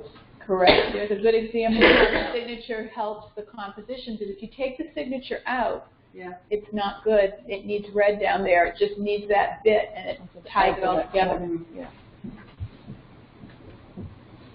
It just seems that the Louder. is the background rather than the I can't hear you. warmth is in the background. Yeah. And the coolness is in the front on the lap. They played with color temperature. Yep. The hard edges as opposed to soft edges. Nice mix of edges. Absolutely. So it's an example of a portrait that's not sitting straight for your formal portrait, but catching someone, kind of like Degas catching the ballerinas behind the scenes. You know, you're just a little glimpse into what their life is like, these singers.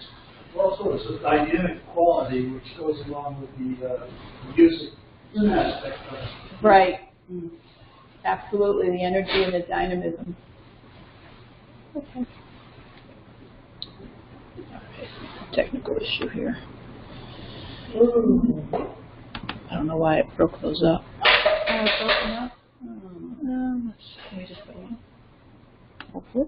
Here we go. So here's one that's right in the middle, but yet full of life. The angle she's creating, negative space. Yeah. Yeah. The purple. What do you think about that purple? It's rather strong. Strong. I like it. I can't hear you. You have to talk louder. It kind of echoes all I'm the. so sorry. I'm gonna be done in like Okay. 20 minutes. It's on the dress too. Right. It echoes Yeah. all the Yeah. colors. It echoes everything else. Balance it out. Ties it all together. Yeah. Because she has that big black skirt, that purple kind of visually grounds it, I think, too. You would need something to bring you back down, and that stroke of purple on the far right points you back down toward her and kind of mimics the arms, the gloves. The only thing that doesn't work for me is her side. It's not quite, For what? the side of the body isn't quite right. Oh, you mean the Oh, the anatomy? Yeah. Yeah. She's too thick. Her fingers don't work for me, but Yeah. but overall, Yeah, you just got your finger on it. It's thick. a little thick. It should be more of a, Yeah. Yeah. Supposed to be more foreshortened. more, you know. Yeah. Curve. So there's a good example of how you got to know the anatomy first. Yeah, that's a figure in. But at this point, I know, but color-wise, it's interesting. Yeah. Yeah. It has a beautiful feel and Everything else. capturing her essence. Her essence is Yeah. perfect. So there's the leap happens.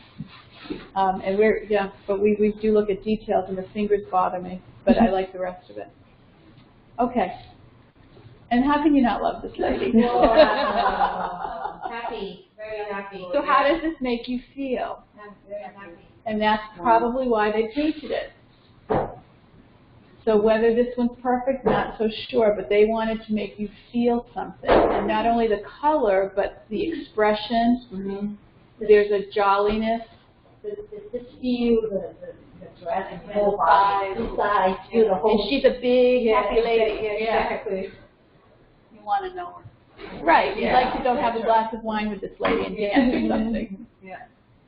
So that's just an example of more painterly, but definitely pushing emotion through color. Okay. Here's a watercolor I love. I know. I always like that loosey. Mm-hmm. But this person knew detail and chose to put just a few strokes in the right spot, I think, at least. You know, not perfect, but they're going for impression. The guitar's in perspective. It's just a few shapes. Yes, major shapes. Just a couple complementary colors and the neutrals they create. So you've got, that's all you've got there. Yeah. So the way the eye is and the nose and the mouth. You know exactly what you're looking at. Right, and the rest just falls away. So sometimes one of the hard things for people who have done illustration and they want to move into fine art is how do you decide what details to put in and what details to let fall away? Oh, yeah. That's the biggest catch. And this is an example of somebody who pushed it all the way to the limit and left out lots of details, but was very successful in telling you what they wanted to tell you. You look at his hand. They're not perfect, but they're bleeds of watercolor that are so cool, you know, that they just went with it, and it's beautiful. You feel how it's playing. Mm-hmm. You don't see every detail, but you know exactly what's happening. That's nice. It is, I know, it really is.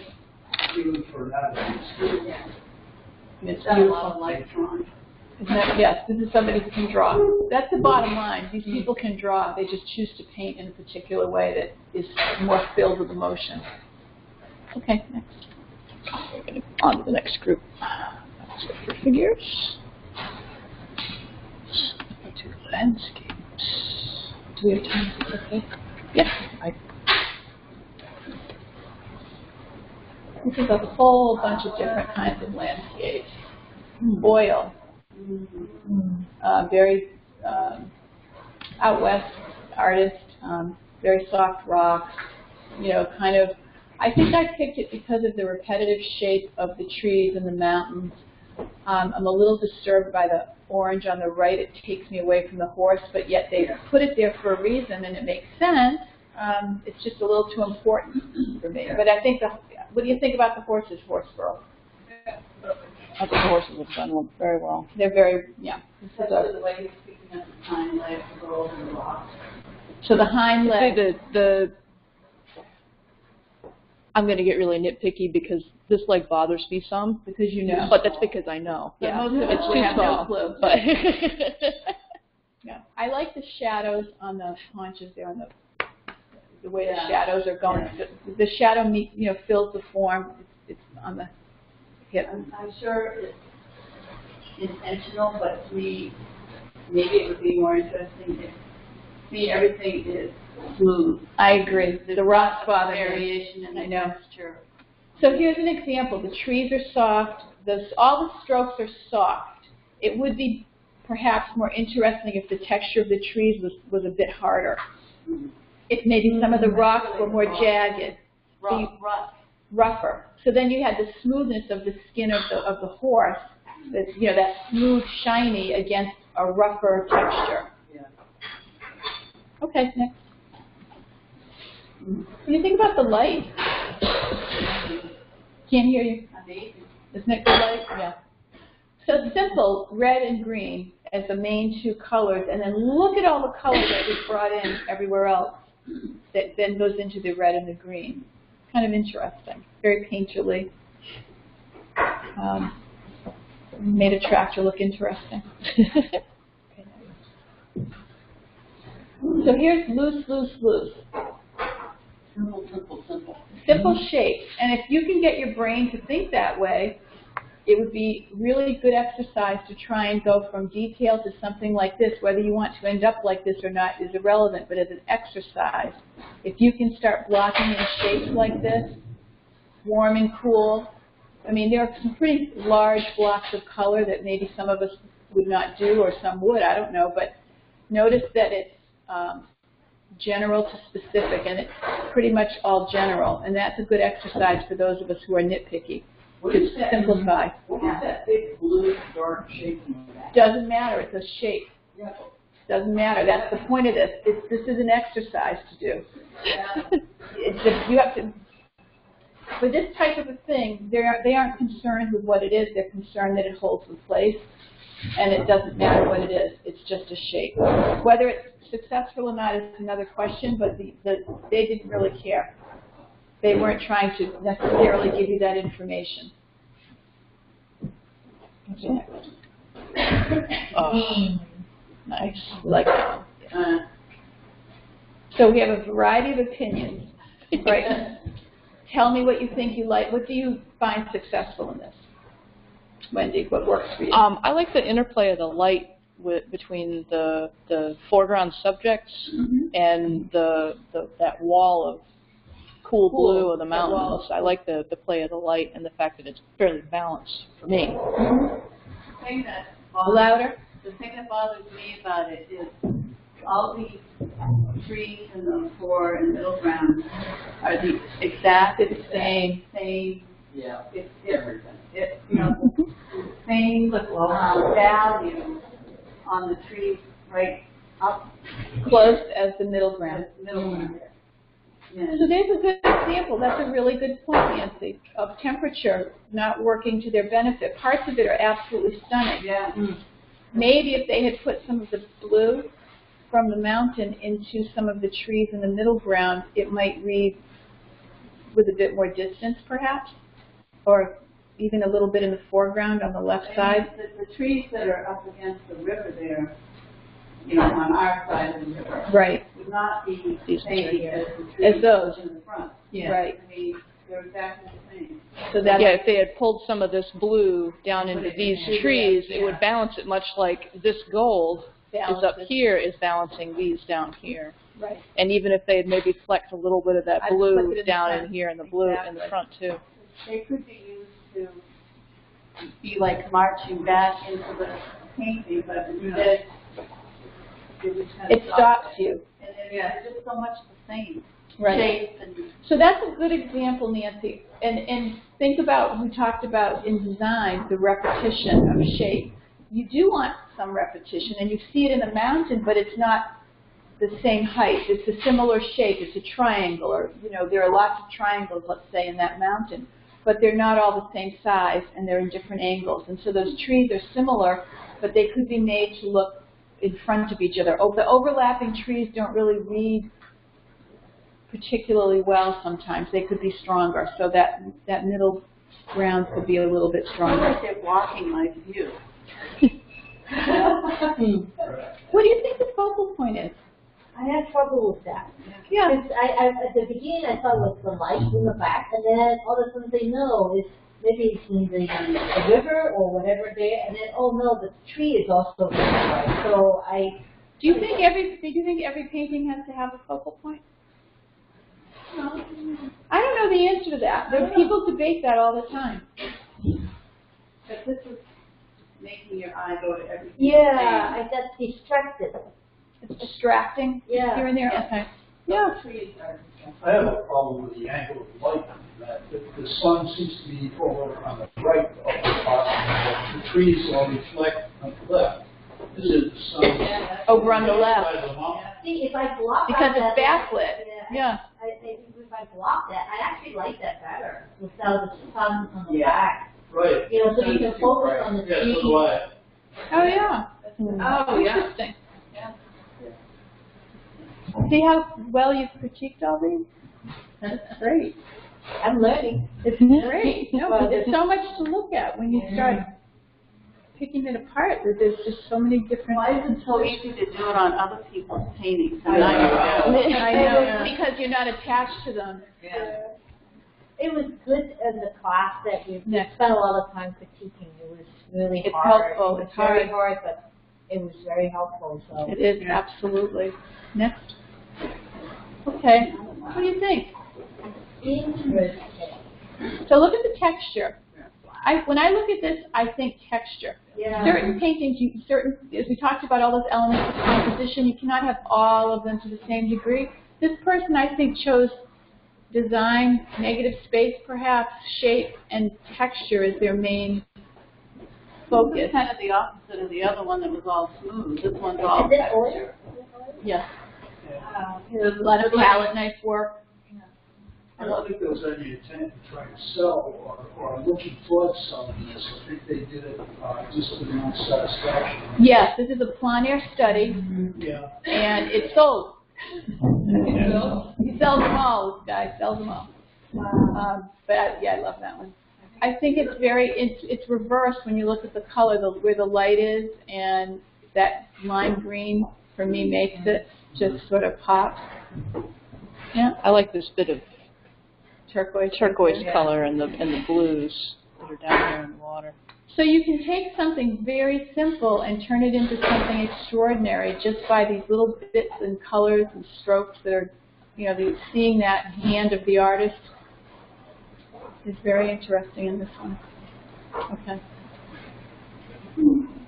So here's one where now could this artist have said, do I need a bunny in the foreground? Is this one of those where you look at it and you say, does it need something, or is it good the way it is? I don't like the zigzag now on the left side. The zigzag that's on the left? Yeah, see the light zigzag? Mhm. To me, it's too regular. I'm not sure that it would really look like that. Do you What find is it- yourself what is it stuck showing? there? Do you find yourself stuck on the red thing on the left, that shape? No, I think I get stuck on the white. Okay. It seems like it was supposed to be a trail. Well, see, that's it. What is it describing? I don't know. Yeah. Is it describing the edge of rocks? Is it describing it? First I thought trail, but I'm not sure what it is. Narrow. Yeah, exactly. Yeah. So the zigzag distracts, and I don't know what it is. Do you think it has a focal point? I would have said the white area just south of the zigzag. Okay. I think it Only was, because it's bright and contrast. I think it would have worked better if that had been a trail and it had been a wider space going up to the white. You could still wait for the stance. Yeah. Oh, yeah. Yeah. And it extended up to that. If it came up higher, that bright white came up Yeah. higher. I think that's a great idea. I would have followed right down through the whole thing and ended up with a signature. So it sort of chops it by not doing that, right? Yeah. But interesting. I think it's a pastel. Yep. Yeah. Okay, next one. Yeah, that. Wow. So let's talk loose, wet into wet. Yeah. This is an Asian artist. Okay. And he generally works with a very limited palette with bursts of color and lets those bleeds just keep on coming. So that the edges that you see for the foliage that are just bleeds in watercolor create a very interesting, very organic shape. All those blooms that you don't want. Yeah. That you do on purpose in this case. Yeah. Yes, these are very purposefully done. It's like a dark painting, but it's bright. Yeah. Yeah. That splash of lime green. Yep. Very, very. I did it. And, And look at all the lost and found edges. When you look at the softness against the hard edges, it's very interesting, that contrast. Yeah, and all the blurriness, but then the linear. So here's a good example of hard against soft, tight against loose. It's really loose, all of it, but that person knows architecture enough to know that the perspective of the roof has to be such and such, or the angle of the fence, even though it's very loosely depicted. So losing some edges can be a nice way to loosen up your work. Okay. Oh, keep going. That's mine. That's an old one. That's an old one. Keep going. That was a sketchbook thing. Okay, let's look at this one. Serene. So here's an example of color making you not pop necessarily, but this would be nice if you wanted a quiet, relaxing bedroom painting or something that's just relaxing. So color in this case. I think the trees did a nice job with the trees in the sense of they're way, way back, some of them. Okay.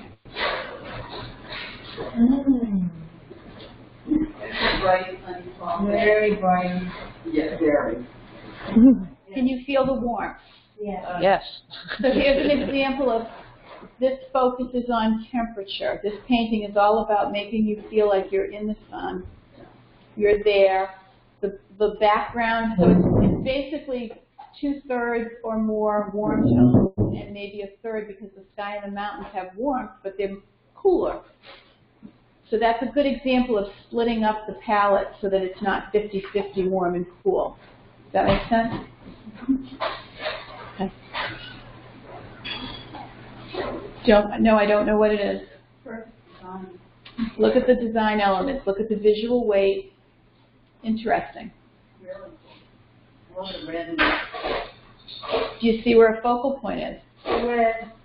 Which one? I thought that one. I Top thought that right. one first, yeah. Yep, top right. Looks like a table with glass jars. Could be. Blade Runner. Could be anything you want it to be.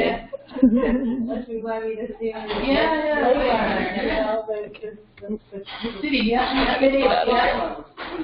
yeah. I think for whatever reason they decided to do this one separately. Cool. Very loose. All about temperature, texture. Does the sky look like that? No. Does it matter? No. This isn't what the person was trying to go for. So it's just a feeling when you look at this in terms of temperature and texture, I think, for the most part. What do you guys think? Yeah. I'm bothered a little, there's too much of a line. Mm-hmm. Yeah. It almost like they were dividing the sky in half. Yeah, Right. that line bothered me too. I know. I have a feeling this might be a very big piece, and you know, it might just be we're seeing it so tight. I have a feeling this is a big, loose painting. Okay, next. Okay, just a few more. That's it for this section. Portraits. Did we do that? Maybe not. No, I don't think so. We did figures. Do you want to do this? Do you have time? Yeah. Okay.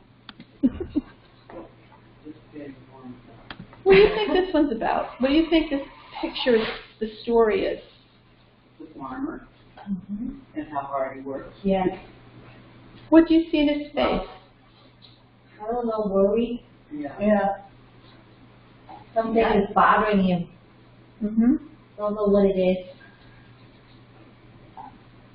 He's tired from working 15 hours. Yeah. Can he pay the bills? Yeah. Whatever. Right. So I think this is a storyteller, this painter. A lot of weight on his shoulders. Yeah. You feel it, don't you? Yeah. Yeah. I could just see a big block on the back of the shoulder. Yeah.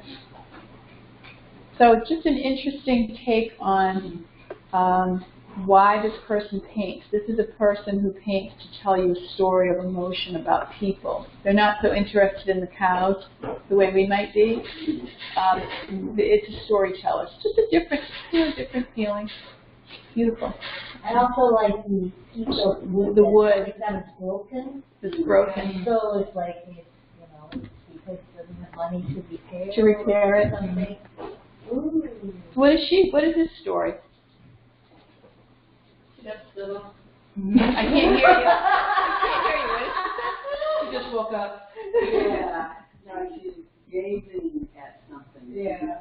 She's got her eye on something. She doesn't look sad enough to have been stood up. I think she's got. Is she waiting for something? She's seeing something. Something, yeah. I don't know. I don't think she's just looking at something. I think she's daydreaming. Yeah. She's looking at the bunny out in the garden. Yeah, I get the sense that that's like her sleeping gown, and she's got up and she's Having breakfast. having breakfast. I don't think the apple. You don't think what? The apple seems to be sort of odd. Yeah. Could they be doing it for complementary type color? Yeah, you know, bringing the green. If If you take the apple away, what happens?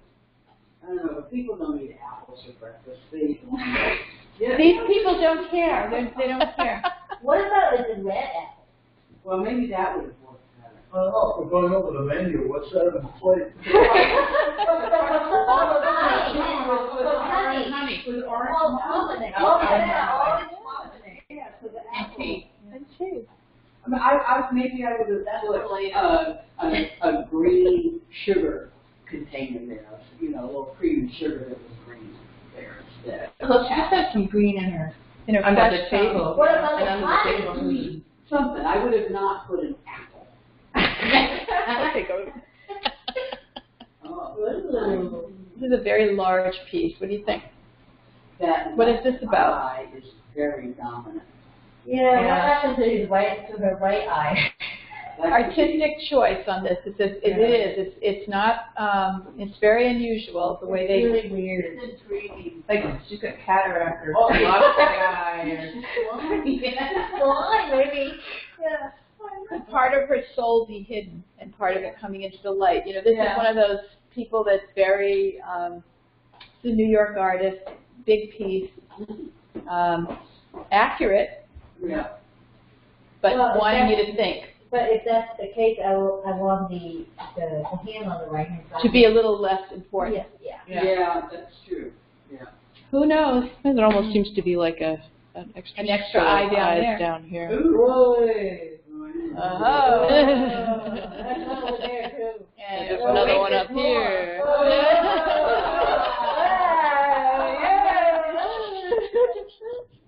You just don't know. And her two fingers point to that eye. If you follow up. Yeah. The finger that goes up to it, and then the other one. Yeah. Interesting. What's she thinking? She's got an attitude. What is she thinking about, do you think? I didn't like it got cut off over there. Like it didn't. You don't like the left side? I didn't like the body not continuing. Oh. It's, Oh, I kind of like it. you like that? Yeah. Well, it's a very edgy piece. Yeah. It's edgy. I agree. That right corner, I'd love to see just a touch of gray or something. Yeah. It sounded like Just a little something. Yeah. A little too bright. flowing. I think her face is very expressive. It is. Yeah. This is a good example of someone doing a face with planes, and they're really not so concerned with is it the right, exactly. They're at that stage where it's very rough, and it's interesting. The shapes on the face match the shapes in the background. We're not sure what it is, but it's a very kind of a graphic, the shapes. I really like that hair, that reddish hair in front of her face. Mhm. Just love that. So crisp. Yeah.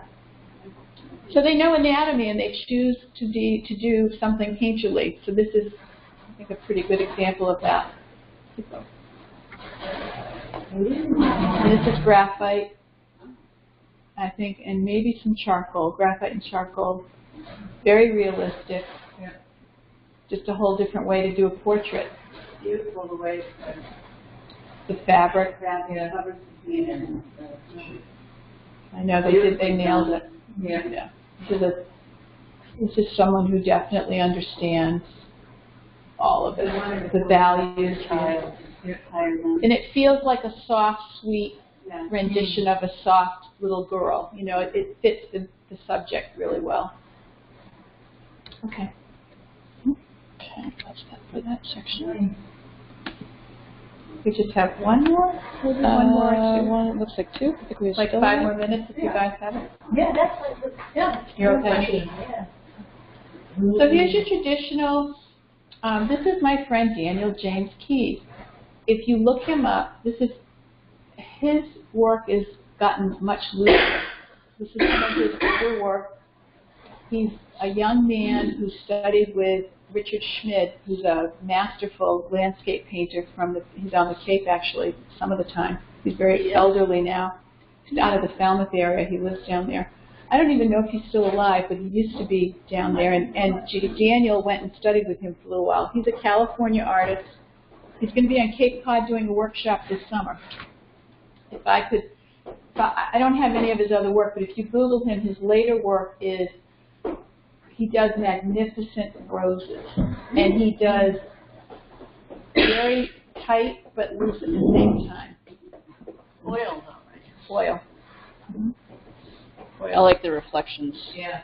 He nails whatever he Reflections, does. which is- Whether I'm not crazy about compositions that have all these things, but that's personal. His ability though is, you know, he definitely understands Technique is it. reflection and whatnot. Yeah. Next. Kind of a mix between realism and painterly. Yeah, but it's got 2 jars on one side and 2 apples on the other. See how much she learned. Yeah. I love the jars, though. The jars are well done. Yeah, the same height, same shape. Yeah, that's a same good size. point. That's a very good point. Yeah, the one behind should be slightly smaller. Yeah. Although compositionally, the pail is the same height. Yeah. Everything is kind of the same. Yeah. They started out with a strong L shape in the background. That had potential. Yeah. It just got a little bit, like it might be better if the apples didn't converge with the back line of the brick or whatever that is. The apples are too similar. That apple is like a replica of that apple in the Right. same. Yeah. And then that one on the left is the replica on the middle. And there are 2 leaves sticking up from the pail instead of maybe one being curved or something. Yeah. So there's room for improvement. Some parts of it are successful, some not so much. Okay. Top of the apple is right on the There's that tangent created. Yeah. And here's the traditional still life that people put together that looks kind of fake. Yeah. It probably doesn't speak to those of us in this room because we tend to like nature more and more organic. There is a whole market that loves this kind of thing. Really? It's not my love, but Like food. there is a whole market of people that love, you know, feathers and bottles and all this sort of thing. But compositionally, the knife is pointing towards the middle, the feathers are coming, bringing you back around. You know, this is kind of a standard. Very Eastern European. Yes, exactly, exactly. Older artists. Correct. Myself, that did. This is what they painted, Yeah. and this is what was popular. So it's kind of exactly. It's like the Dutch still life. Right. Back in the 1600s. A whole different way of, for us, we're not necessarily into it, but different time. Okay. Interesting. One last category of trees. Trees will be more up our alley.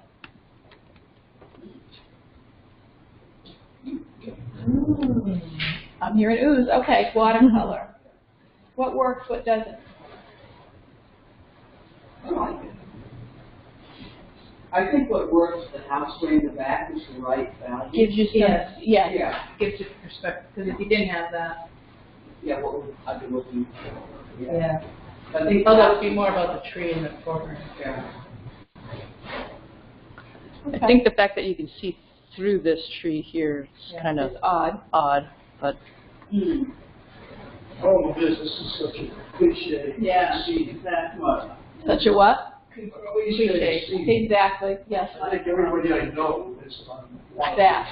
You can see the streams and snow. So the lesson is, if you're going to paint something like this that everybody's painted, how can you make it more interesting or different? So technically there are some points that are good, that, you know, that make sense.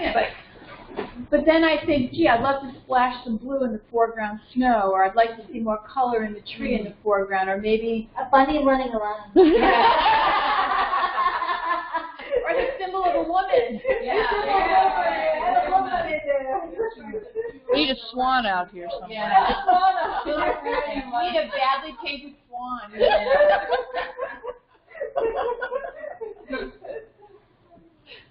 I think for me, I have a hard time getting from the foreground to the background. I'd like to see those shadows be more interesting, so it brings me through a little bit more. Stuck on the tree. I like trees, so. You know, but I it don't has like to crop everything else. some positives. But it'd be the tree on the left, the big one, should Yeah. be better painted because it just looks like an advance of color. And that's not really. But this may be that person's style. Yeah. Well, okay, but Okay. then I'm not going to buy their, but bands, I see two distinctly painted bands of color, where it should be more modeled, more organic. More organic. Well, look at it, it looks like a bird's tree, yeah, Exactly. it's not smooth. Exactly. It's very windy. Yeah. It's kind of like, you know, a rendition. Yeah. Okay, next. I had a feeling it was going to do it. It broke some of these out individually. I don't know why. Very cool. It is like Volcan. And they even, but it's not. It's a modern artist, but. So this is an exercise in what? Color, perhaps? Yeah. When you see shape, color, this is more of a design choice.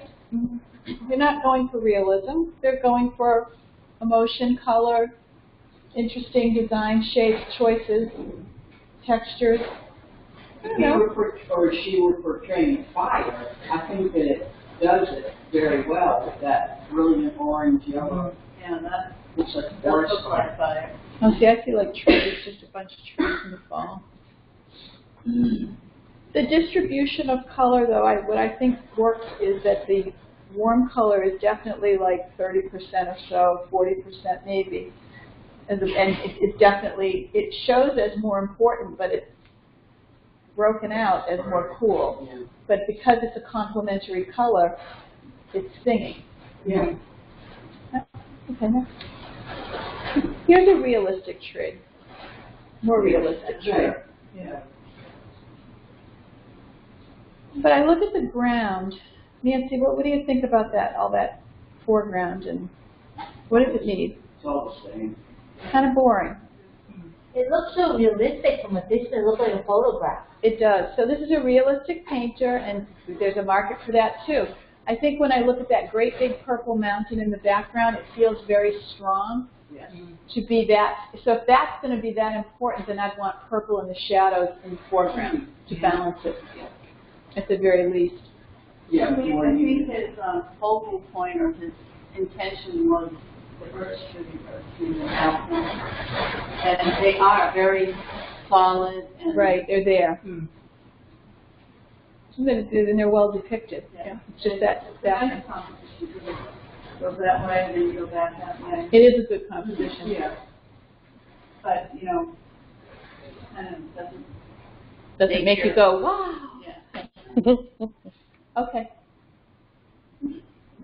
That looks like. Doesn't that look like a photograph? Wow. The photograph that he's photoshopped. I know. Yeah. This is somebody's painting. No. Wow. It's a painting. Yeah, Oil? I believe so. Wow. I know. See a lot of action. The negative space is really interesting. There's a clear focal point. It's just a very complicated piece. Yeah.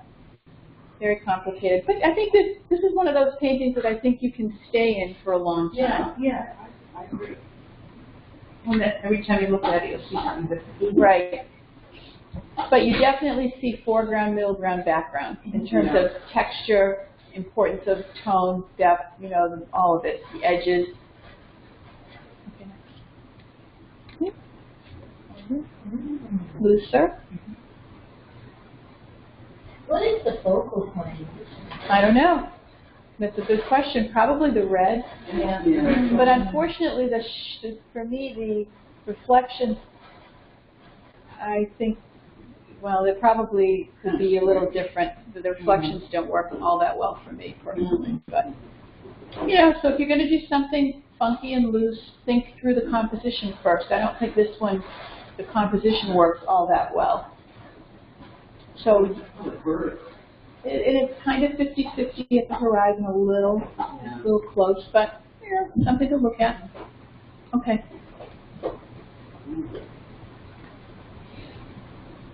I think this is Stephen Quiller. I think it might be him. Looks like it. So, the classic red tree underpainting with the green on top. Interesting. You know, a particular style. For me, the sky feels a little bit heavy, but it's a particular style of painting, and I do like the water, that dark against the light, scratched out trees. You know, kind of it's just a. It does give you some sense of depth the way they weaved in the hillside, which is an easy way to use some directional lines to give you a sense of going back in space a little bit. Okay. This is another one that's kind of soft, a little bit boring, probably well depicted, but a little bit kind of, Yeah, it's a little boring. needs a little zip. Yeah, that brook is kind of straight. Straight. That feels like it's organic, that shape of, you know. It's okay where it gets to the rocks, but where it comes out of the rocks, it's too straight. It's too straight. It's a little waterfall. It's a little what? The little waterfall there is what's wrong. See how bright yellow it is? Yeah. Oh, it's a waterfall? Or coming back? Well, what else? No, I think that's. I thought this was like a pool. This is like a deeper pool right here. It's reflecting up here. Yeah. Oh, I have no idea what it is. I think you're right. I think it's a pool, but see, now there's that. Reflections on it. Yeah, right. Yeah. So those directional lines make you feel like it's not flat. So when you paint water, those reflections would have been more successful if they had put some broken lines through them, so it read in a flat surface. That's where I think we lose it. We think it's coming down like a waterfall. Okay, next. Yay. I did a hot mess, or do you like it? Is it a Photoshop? Nope, this is another painting. Well, what color? What medium? A color? Could be. Could be. Well, they've got Maybe the it's red, like ink. they've got apple. Could be, yeah. Ink? Falling Could be. ink over it? You could Photoshop it. No, I think it's stunning. I love it. Well, the horizon line is almost 50-50. That red. And then when you throw the trees in there, it's 50-50 vertically. Well, it's a cross right in the middle there. Yeah. The red comes across and the yellow comes down. Yeah, you're right. So maybe some of you like the style, but the composition could be a tiny bit better. Well, But it's It's interesting. in the middle. That line is in the middle. I know. Yeah. I know. And the reflection on the left, the tree is yellow, but the reflection has a lot of green in it. But that actually, that'll happen. Yeah. Because there's algae in it. Well, the water reflects on the part of the light. Yes. And I so, don't understand the sky is white with the Yeah, oh, but that's- blue with the blue. Okay. the water absorbs some of the light. True. Yeah. But Can you look look different. back to your eye, the color is not exactly the same. Some of the negative shapes are interesting. Just a different way to depict the same subject. Okay, next, we're just talking trees. Not boring. No. Here's another Asian painter. Let's see if we see the sign of, look at all the women Oh, on the left side. Look at all that. Yeah. Very loose watercolor. Next. It looks like a starving artist. It does. It needs something, doesn't it? Money. It's good, but it's good when you can see a painting that needs something else too, because you can think about what happens if this were your painting and you know it needed to zip. What would you do? What would you do to make this better? You know, just something to contemplate.